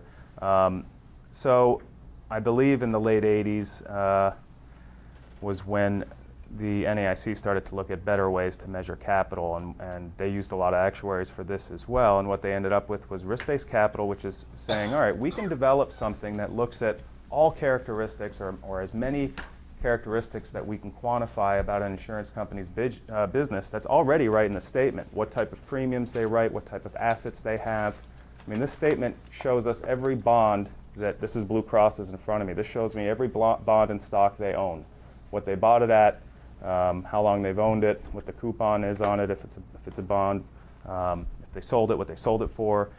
Everything's in here. So we've got all this information about their investment risks, what type of business they write. Let's figure out what an appropriate baseline capital for them should be. Capital is being synonymous with surplus in this context. So RBC just applies to surplus, not to reserves. Is that what you're saying? Reserves are part of the calculation of RBC. Maybe the risk that the reserves are off, but it applies to, it's really a capital or surplus adequacy measure. So, and it takes into account 4 major risks. Underwriting risks, which is, like I said, what type of business you write and how it behaves. If your underwriting results are all over the place, you'll get a charge, you'll get a punished in the RBC calculation, you'll get a higher result for the baseline amount. Credit risk might be capitations, would be something you guys know about. If you're capitating a provider and the provider goes, has the chance of going insolvency, you've got a credit risk. Reinsurance presents a credit risk because your reinsurer may not be there to pay. Asset risk is, I see that as investment risk, really, investment concentration and the quality of investments. Because we know everything about every holding they have, we can run that into the RBC calculation and find out how risky is their portfolio, essentially. How variable might it be? And then business risk, which could include administrative expense risk, excessive growth risk. All of this is calculatable because we have 10 or 15 years of electronic data in an NAIC database that can, and prior year data, 5-year histories. I mean, all that information can help assess things like excessive growth risk, looking at the prior year versus this year and that sort of thing. So you take all those, yeah. I'm just trying to translate this into ways I understand it. Do you look at cash flow in terms of the surplus for solvency? We look at cash flow, not in this measure here, but certainly if I'm evaluating a company or Mitch or Jesse are looking at quarterly, because if you're a business owner, you know you can be positive on net income but negative in cash flow. And hopefully that's... No one told me that before I bought the company. that's where banks come in. Yeah, so we look at that in assessing the overall solvency. RBC is really focused on surplus adequacy. So is cash flow a component of the RBC calculation, do you know? I don't think it is. No, but it's certainly, you know, I always was told in my training that cash is king and cash flow from operations is somewhere to look. And there are legitimate reasons why it would be negative, but that at some point it can't persist. You can't have negative cash flow from operations and remain solvent, period. Indefinitely. I mean, you can, if you're, depending on, there's any number of reasons that could I was just wondering if there was periodic swings in cash flow and if that percentage of surplus created inherent risk. Meaning, if you have a bad 6 month, your surplus dollar amount is an end of year dollar amount. Yep. Your cash flow, what percentage it eats of that surplus?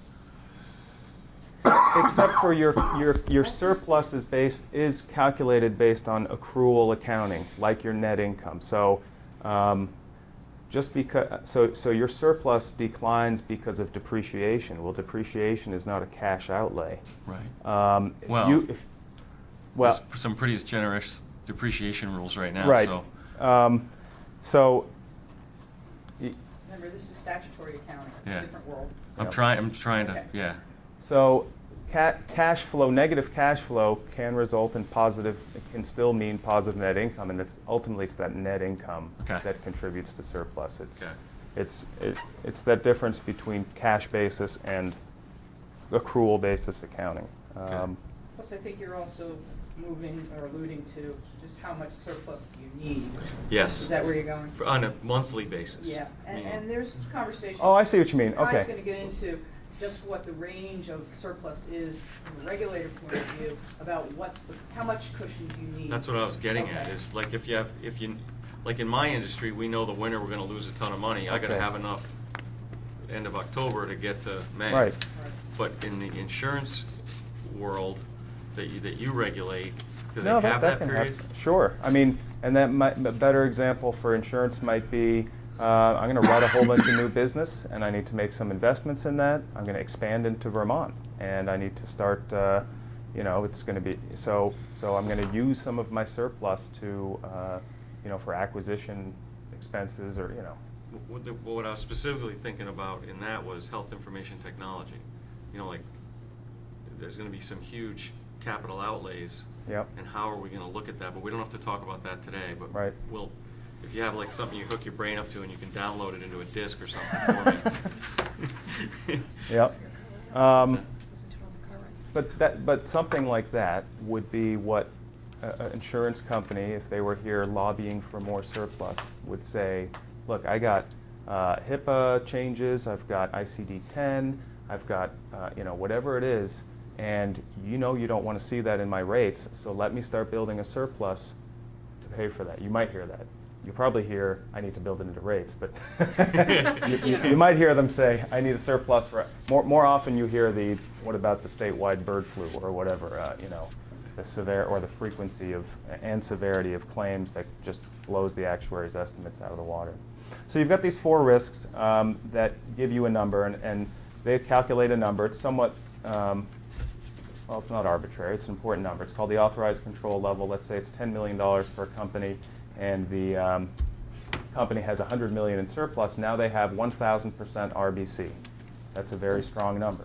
They have 10 times what. Sincere apology. Sure. We've got to get. Good luck. You're the chair. Good luck, team. Thanks. So, as it says on the term sheet, the definition sheet, RBC is expressed as a percentage. I should say that Karen's now chair. The calculation produces a dollar figure. That's your authorized control level. If that amount is 10 million and the company has surplus of 100 million, their RBC, I've got a typo on that, got RBS, then their RBC is 1,000%. Just for an idea, I mean, you can look at that spreadsheet I handed out and look at some of the RBCs of your health carriers. Again, this is company-wide. It's not like a Vermont RBC. There is no state-specific RBC. This is for the entire entity. Right, and that's one of the interesting things about Blue Cross. They only write in Vermont, so anything we see in the financial statement of Blue Cross is really Vermont only. So because just that's the only place they do any meaningful amount of business. So just so you have an idea of where RBCs usually land, I think actually this is a good representation of it.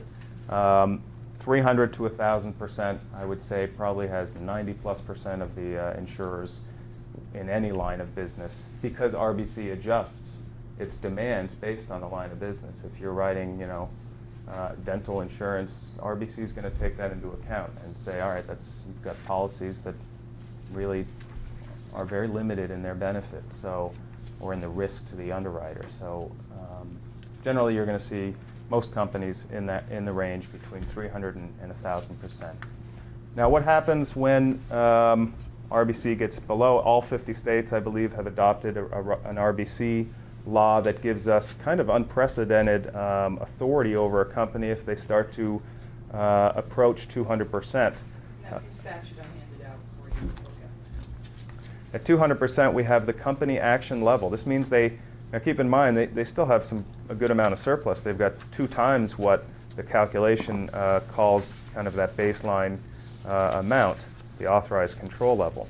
But if they get to 200%, the commissioner can request a corrective action plan that the company really has to put their heads together and say, how are we going to get out of this, and show to the commissioner that they are serious and have a workable plan to get RBC back to a acceptable level. And and this is kind of redundant because at any point we can examine a company at the commissioner's request, but this certainly would be a regulatory, or it would be an opportunity or a time when the commissioner may order an examination or a limited scope, a focused examination on what exactly is going on. When it gets to 150, that's called the regulatory action level. That's when the commissioner shall examine. You understand the difference between may and shall in legal language. So now the commissioner has to send me and my team out to examine this company. At 100%, the authorized control level, the commissioner may take the company into rehabilitation or supervision, and it's important to note here that just reaching that level is considered grounds enough. So you don't have to prove it any other way. I mean, some companies do not want to be in rehabilitation, and this is a strong, when you're at that level, I think that's, I don't know what the legal term is for that, but... Out of luck. Yeah, okay. They're out of luck.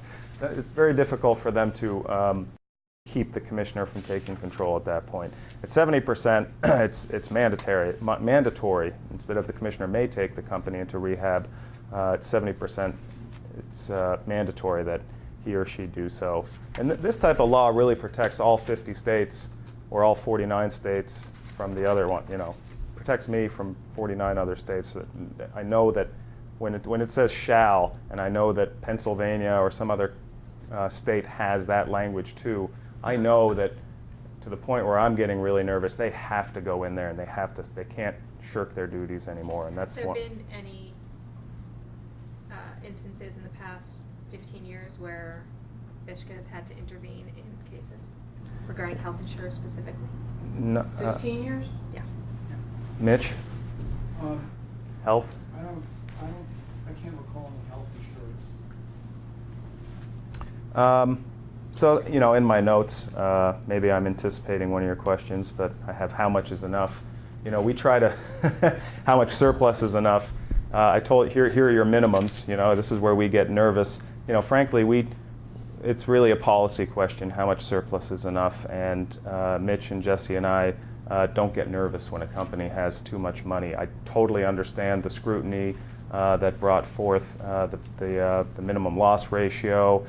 But that's, and I think this is better for all parties involved, that this financial solvency team remains focused on keeping companies solvent and not on opining on how much is too much money, because that is not nearly as bright of a line as not enough.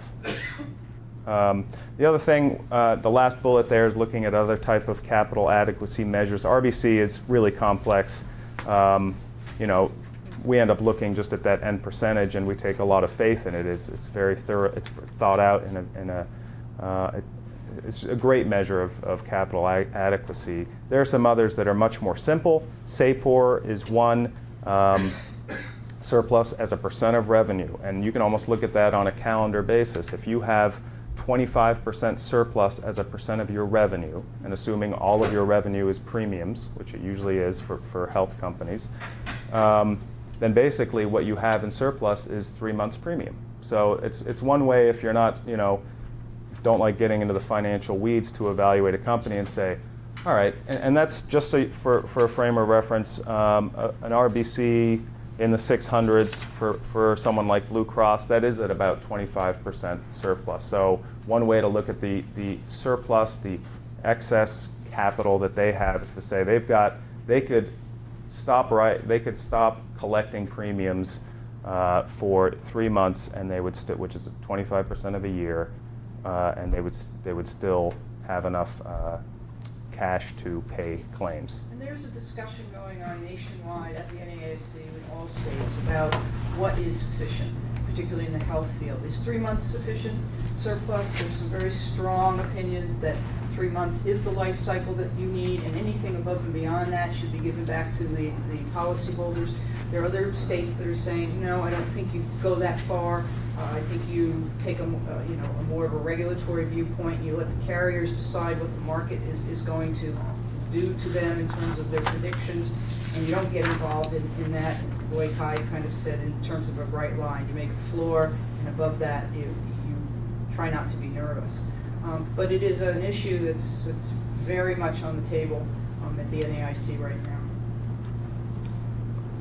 Another very powerful law that we have, that all the accredited states have, is called holding company law. And what that gives us is the ability, it's in recognition of things like, although it predates AIG and systemic risk, it predates those terms, but gives us transactional approval. Holding company law applies when you have more than one insurer in a group. So you have two insurers owned by a parent, or one insurer owns another insurer, and that's very common. And what it allows us to do, and sometimes those insurers are in different states. So I'm chief regulator of this entity, which is one of 15 entities in 12 other states. And my job, my duty is to make sure this company remains solvent and that I understand this company.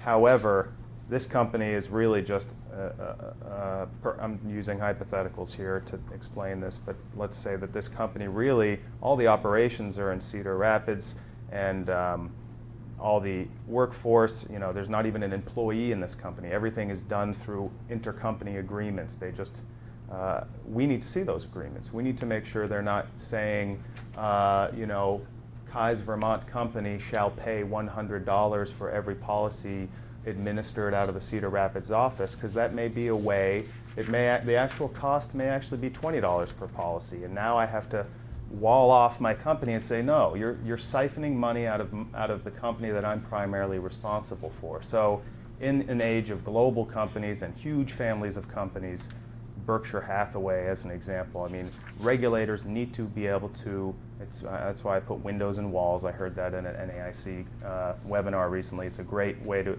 say we wall off our companies, but we maintain windows and the ability to see what else is going on, and with all the other companies in the group, no matter what state they're in, and we get to approve or deny certain transactions, extraordinary dividends, or payments to a parent that are in excess of a certain amount, intercompany agreements, tax sharing agreements, management service agreements, where basically this company does all the work and charges $25 per day or whatever.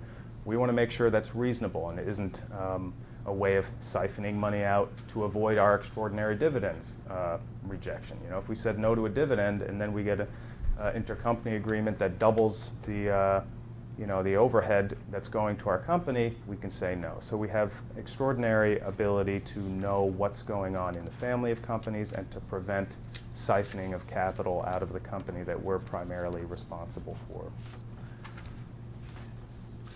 Wrap it up, okay.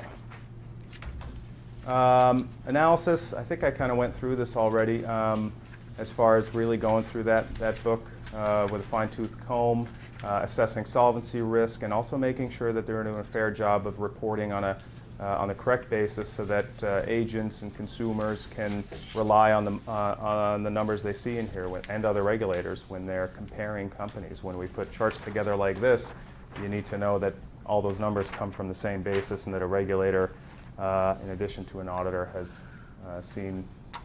had some oversight into what numbers go where. Examinations has shifted in the last 5 years to what's called a risk-focused approach to eliminate the redundancies of, we do them every 3 to 5 years. That's by statute. It's an accreditation standard. It's really starts, you said basement to attic. It really starts at the attic and goes down to the base. Right.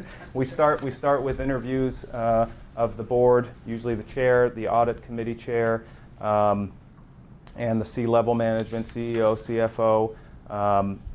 And we really try to understand the company, understand how they're running their business, hear from them what they see the risks as being, and we use our own expertise to decide what we think the risks are. If there are gaps, we may have findings and say that this company is not fully aware or not fully prepared for ABC risk, and we recommend that they implement XYZ to mitigate that. But it's all, this risk-focused approach is all really about assessing the marketplace that they work in, and how good of a job they do of assessing business risk to their solvency in the future and what they're doing to identify it and mitigate it.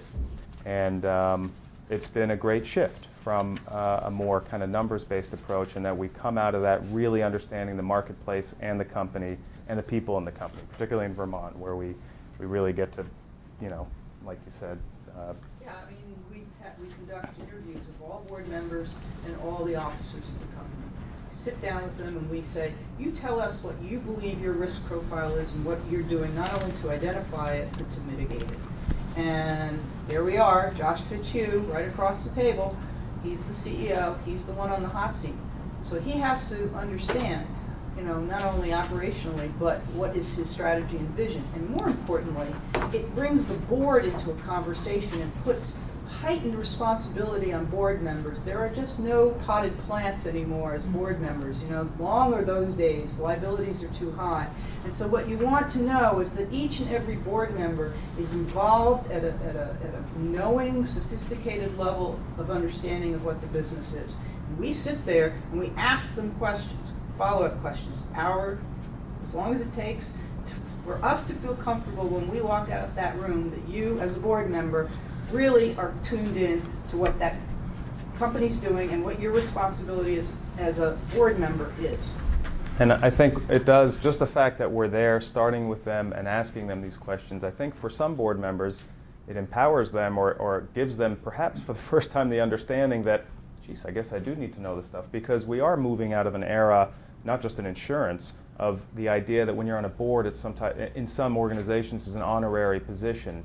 Well, you know, the board is where should be where the buck stops, and the boards need to exercise control, and governance is super important. And if we as regulators don't see robust, active governance, then we get nervous. And Well, I'm going to take the acting chair's prerogative and ask a question. Sure. That perhaps relates to the last presentation and certainly to our future.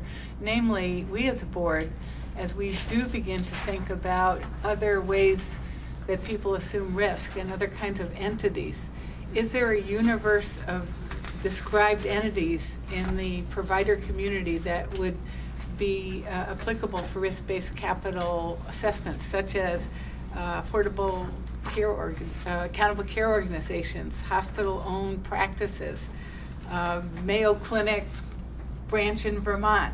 In other words, you've laid out for us what are typical insurers, but now we're going to go to a risk-based provider community of various sorts. Are those known entities to you from other states or from here? No, that's beyond the scope of our expertise.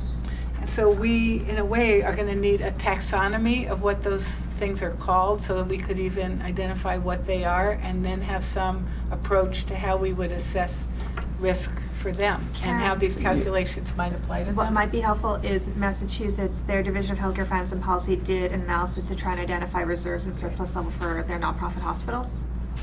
And I'm happy to share that report. It was really a challenge for them, so I would recommend that we crib off of what they developed, because it took many, many months, and it's unfortunate that that world doesn't exist yet, and to try and develop and make comparisons was really a challenge, and they identified a lot of the challenges in that report. And that's that I for think hospitals, but we're talking Right. about whole new Right. entities that have to do with That they're gonna providers create. without hospitals. Right, that's, Well, and it- I'll send it to you and then maybe have some ideas. I'm sending it to Kai, not Susan. Can I- Yeah, I mean, we have some the non-traditional entities I mentioned, like a Wake Robin, or where we don't have RBC for Wake Robin. I mean, they don't fit into that. There's a square peg in a round hole as far as RBC is. But we, you know, using our insurance and kind of accounting expertise, we know how to assess risk. But that would obviously require a whole other model, and probably requires more actuarial work than CPA work, I believe, would be my guess on that. As far as really assessing risk transfer to a provider and that sort of thing. What would Vermont Managed Care? They assume risk. They're a provider group and kind of a convener of various products. Do they? Well, you have to go back to the definition of what is insurance to move into really our world of regulation. And that's a very specific kind of sort of checklist of things that a company will do, of transferring risk, assuming risk, that sort of thing. I don't know that the entity that you're alluding to would necessarily be an insurer, but I think that what might more be interesting for you is that the idea of risk management, risk-based management, I mean, risk, this is all going to be about risk. We look at it very differently about numbers. It's a very number-driven type of risk. You may be moving into what is the risk of an entity, and it has some qualitative aspects to it too. So learning about risk-based capital, just the conversation might be starting you to think in terms of how you may approach providers and other entities to ask them what do you perceive your risks in your business to be, and how are you mitigating those? Al? I have two questions, or two. One's a statement that you could correct or veer off. I think that, you know, as the whole system begins to be managed, you know, pretty much by our board, so to speak, the fear of any piece in the system is financial risk. You know, if you ask pieces of the system, I don't want to call them hospitals or providers or, you know, but just pieces. If you ask them to take risk, then the question they're going to have back is, you know, everyone wants to be a partner. You know, we use partners all the time until there's a loss. You know, then no one wants to be the partner. And so we have to be very careful about how we, as a board, perceive financial risk. And I think that's what you're getting at. And how do we thoughtfully and carefully allow different pieces of the system to take on risk other than insurance companies? Exactly. Because they're non. It was explained to me once that one of the biggest problems in the American healthcare system is that there's risk for the insurance companies and there's risk for hospitals, and it's the only place in the world where there's that double risk, and that it's not all regulated. And I think that's where you're going, if I'm inferring right. But and then the second thing I wondered was, as we do look at these other entities and we do look to regulate the insurance companies, how frequently do you talk with the boards? How frequently do you talk with the CEOs? And I know in banking they actually check attendance. You know, you can't just be a board member that never goes to a meeting. And do you do that? Sure. I mean, part of the exam, before we even show up, we've got board minutes for the entire time, and I have seen findings that say, you know, 60% attendance at your investment committee meeting ain't going to cut it, and you'll see a recommendation. So yeah, we not only check attendance, we read the entire board minutes of all committees for the entire exam period and that gives us a sense of that proactive nature of the board. And you know, as far as risk in non-traditional areas, I mean, I'm not sure if this is where you're going. I mean, it is difficult. One kind of idea to throw out there in how do you price that? If the question is how do you price it or put a number on the risk, is you somehow, for instance, if an insurance company is going to transfer risk, and this may be the case with Vermont Managed Care, I don't know, but if there's underlying that an explicit guarantee or coverage that if Vermont Managed Care or the providers do not pay or cannot pay, that some ultimate party, like an insurance company, will pay. Now you've created a mechanism to price that risk, because the insurance company and their actuaries will know how to price and create a liability for that guarantee based on the, you know, I don't know if that...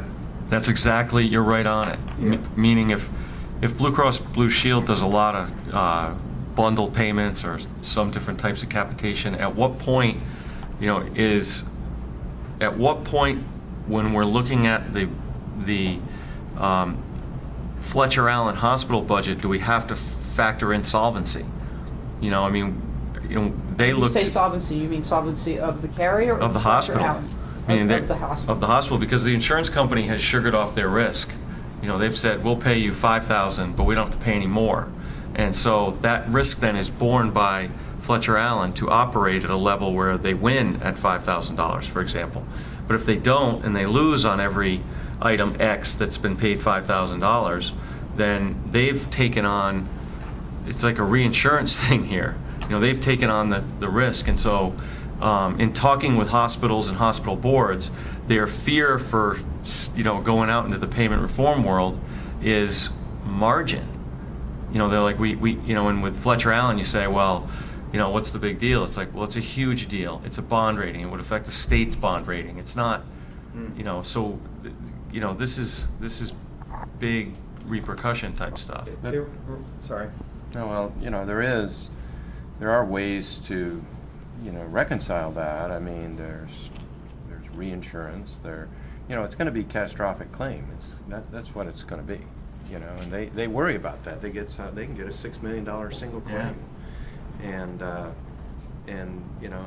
so, but that can't affect their thinking about the mission, and the mission being improve the value of the service you provide, and the margin becomes attainable.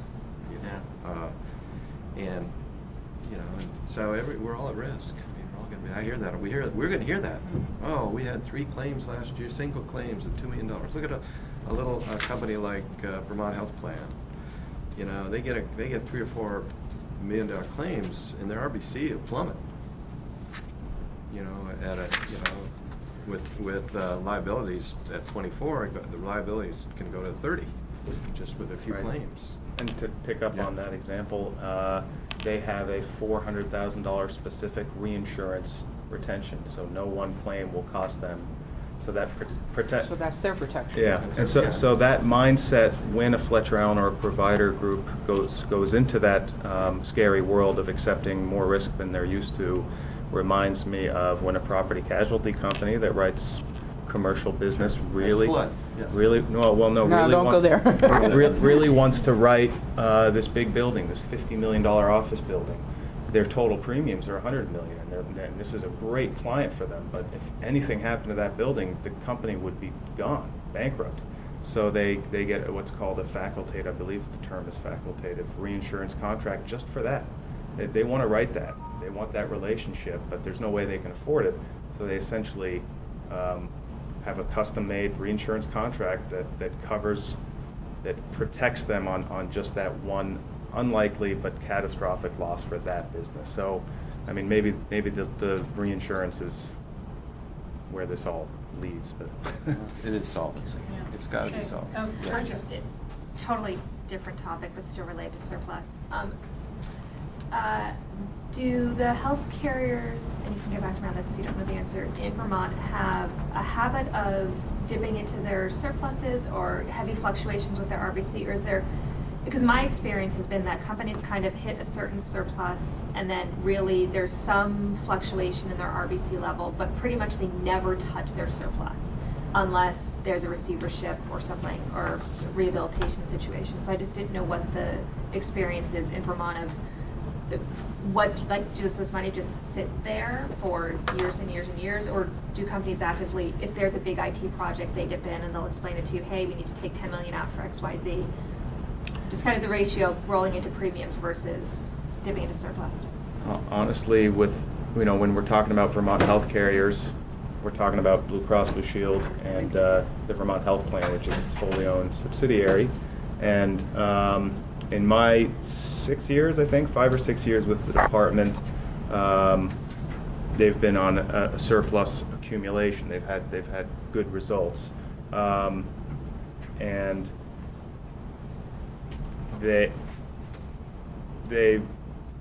I've never seen them take on a project where they, to the tune of 10 million. I mean, they're at about 110 or 100 million surplus now.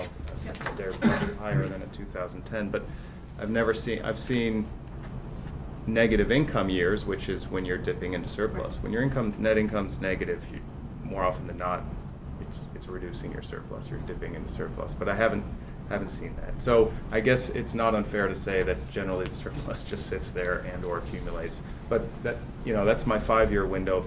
That entity, if you go back over the 20 years and you were here during some tumultuous times, they had no surplus. Right. Right. So there's been a rehabilitation and a steady. And the other thing about the Blues in particular, as a member of the association has its own levels of recommended surplus RBC levels Yeah. that they want to see their members at, which far exceeds what the regulators 350? want. No, No, they went up to we're talking about. 700-800. Yeah, it's like 600. I think. No, what's their minimum though? Because they have a minimum, then they have where they Oh, like for the them to Blue be. Cross, For the- for for the the licensing? association? Yeah. Yeah. 400 Yeah, perhaps, or yeah. 350? But if you start dipping near No, no, that, it's- they're already all over you. But they have that same, when we met with them, I thought they had that same thing with their association where, you know, how you get in trouble in varying levels Yeah. with you. Oh, yeah. Well, they get in trouble, Much faster. yeah, and I thought 600 was like where they wanted them, that was Really? like Oh, the that could gold, be. Yeah. that was like the Yeah. gold level, Right. whatever. I think it was You know. definitely no less than 6. And in the blues in particular, let me just say over the past couple of years, one of the things that they are doing, and which is what we want them to do, is to invest in that company, to keep it cutting edge, and in particular about IT. And that's one of the things that they have been needing to do, not just because of HIPAA, but because of that's the way that industry's going, and constant updating of systems and new software and all that sort of stuff is a huge ongoing investment. And some years it'll be higher, some years it'll be not as high. Well, this has been great. Thank you, Susan. Thank Our you, pleasure. Kai and team. Our pleasure. Thank you. I'm sorry that Khan and Anya did have to leave. We'll fill them in on this Right. end because, in a way, this is now starting to get into the reversal of microphones where we're going to have to figure out some of this. But we clearly will look and rely on your wisdom Right. to help us in this Our new pleasure. territory for us.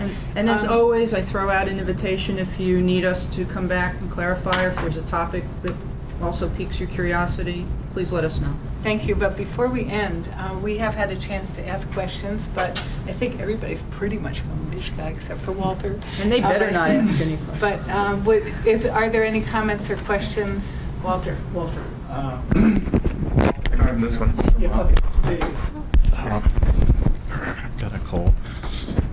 Wow, look at this. Walter Carpenter from the Vermont Workers Center. I just have, first of all, I want to thank the presenters. I am a complete CPA illiterate, and I've been able to understand everything that they've said, even while I've been busy. That's a miracle. Second, I'm curious about if the agency watches insurance companies like a bloodhound on the scent, how they justify these exorbitant CEO salaries. $7.25 million from Blue Cross Blue Shield a few years ago, paid out, and we know what they pay now. And do they deal with like claim denials, like 10%? Insurance companies sometimes need 10% claim denials to stay in profit. I just mostly curious.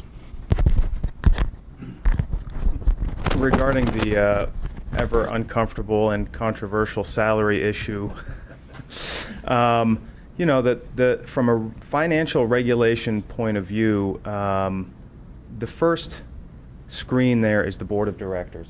And our job primarily is to ascertain whether an insurance company has a proactive board of directors that can make good decisions and keep the company financially solvent.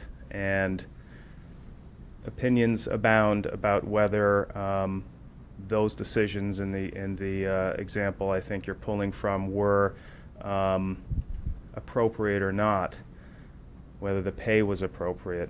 But the regulators do not approve or deny salary, not even close. And it's disappointing, I think, for some folks to hear, but or it's not convenient. But and it's certainly not an excuse. If someone believes that a salary is exorbitant and just not justified, it's not an excuse. But it is very true from my perspective as a solvency-related person whose mission is to keep a company solvent. Knowing that there are other protections out there, including just market competition, to keep rates reasonable. My job is I look at an exorbitant salary, if that's what it is, and say, what percentage of surplus is this? Is this even material? And my concern with one company came at the fact that a certain amount had been reserved for a certain payout, but the actual payout was much larger. Then I say, wait a minute, how did you estimate? did you even know what you had hooked yourself into? And so those are the questions we ask as financial regulators. What did you know?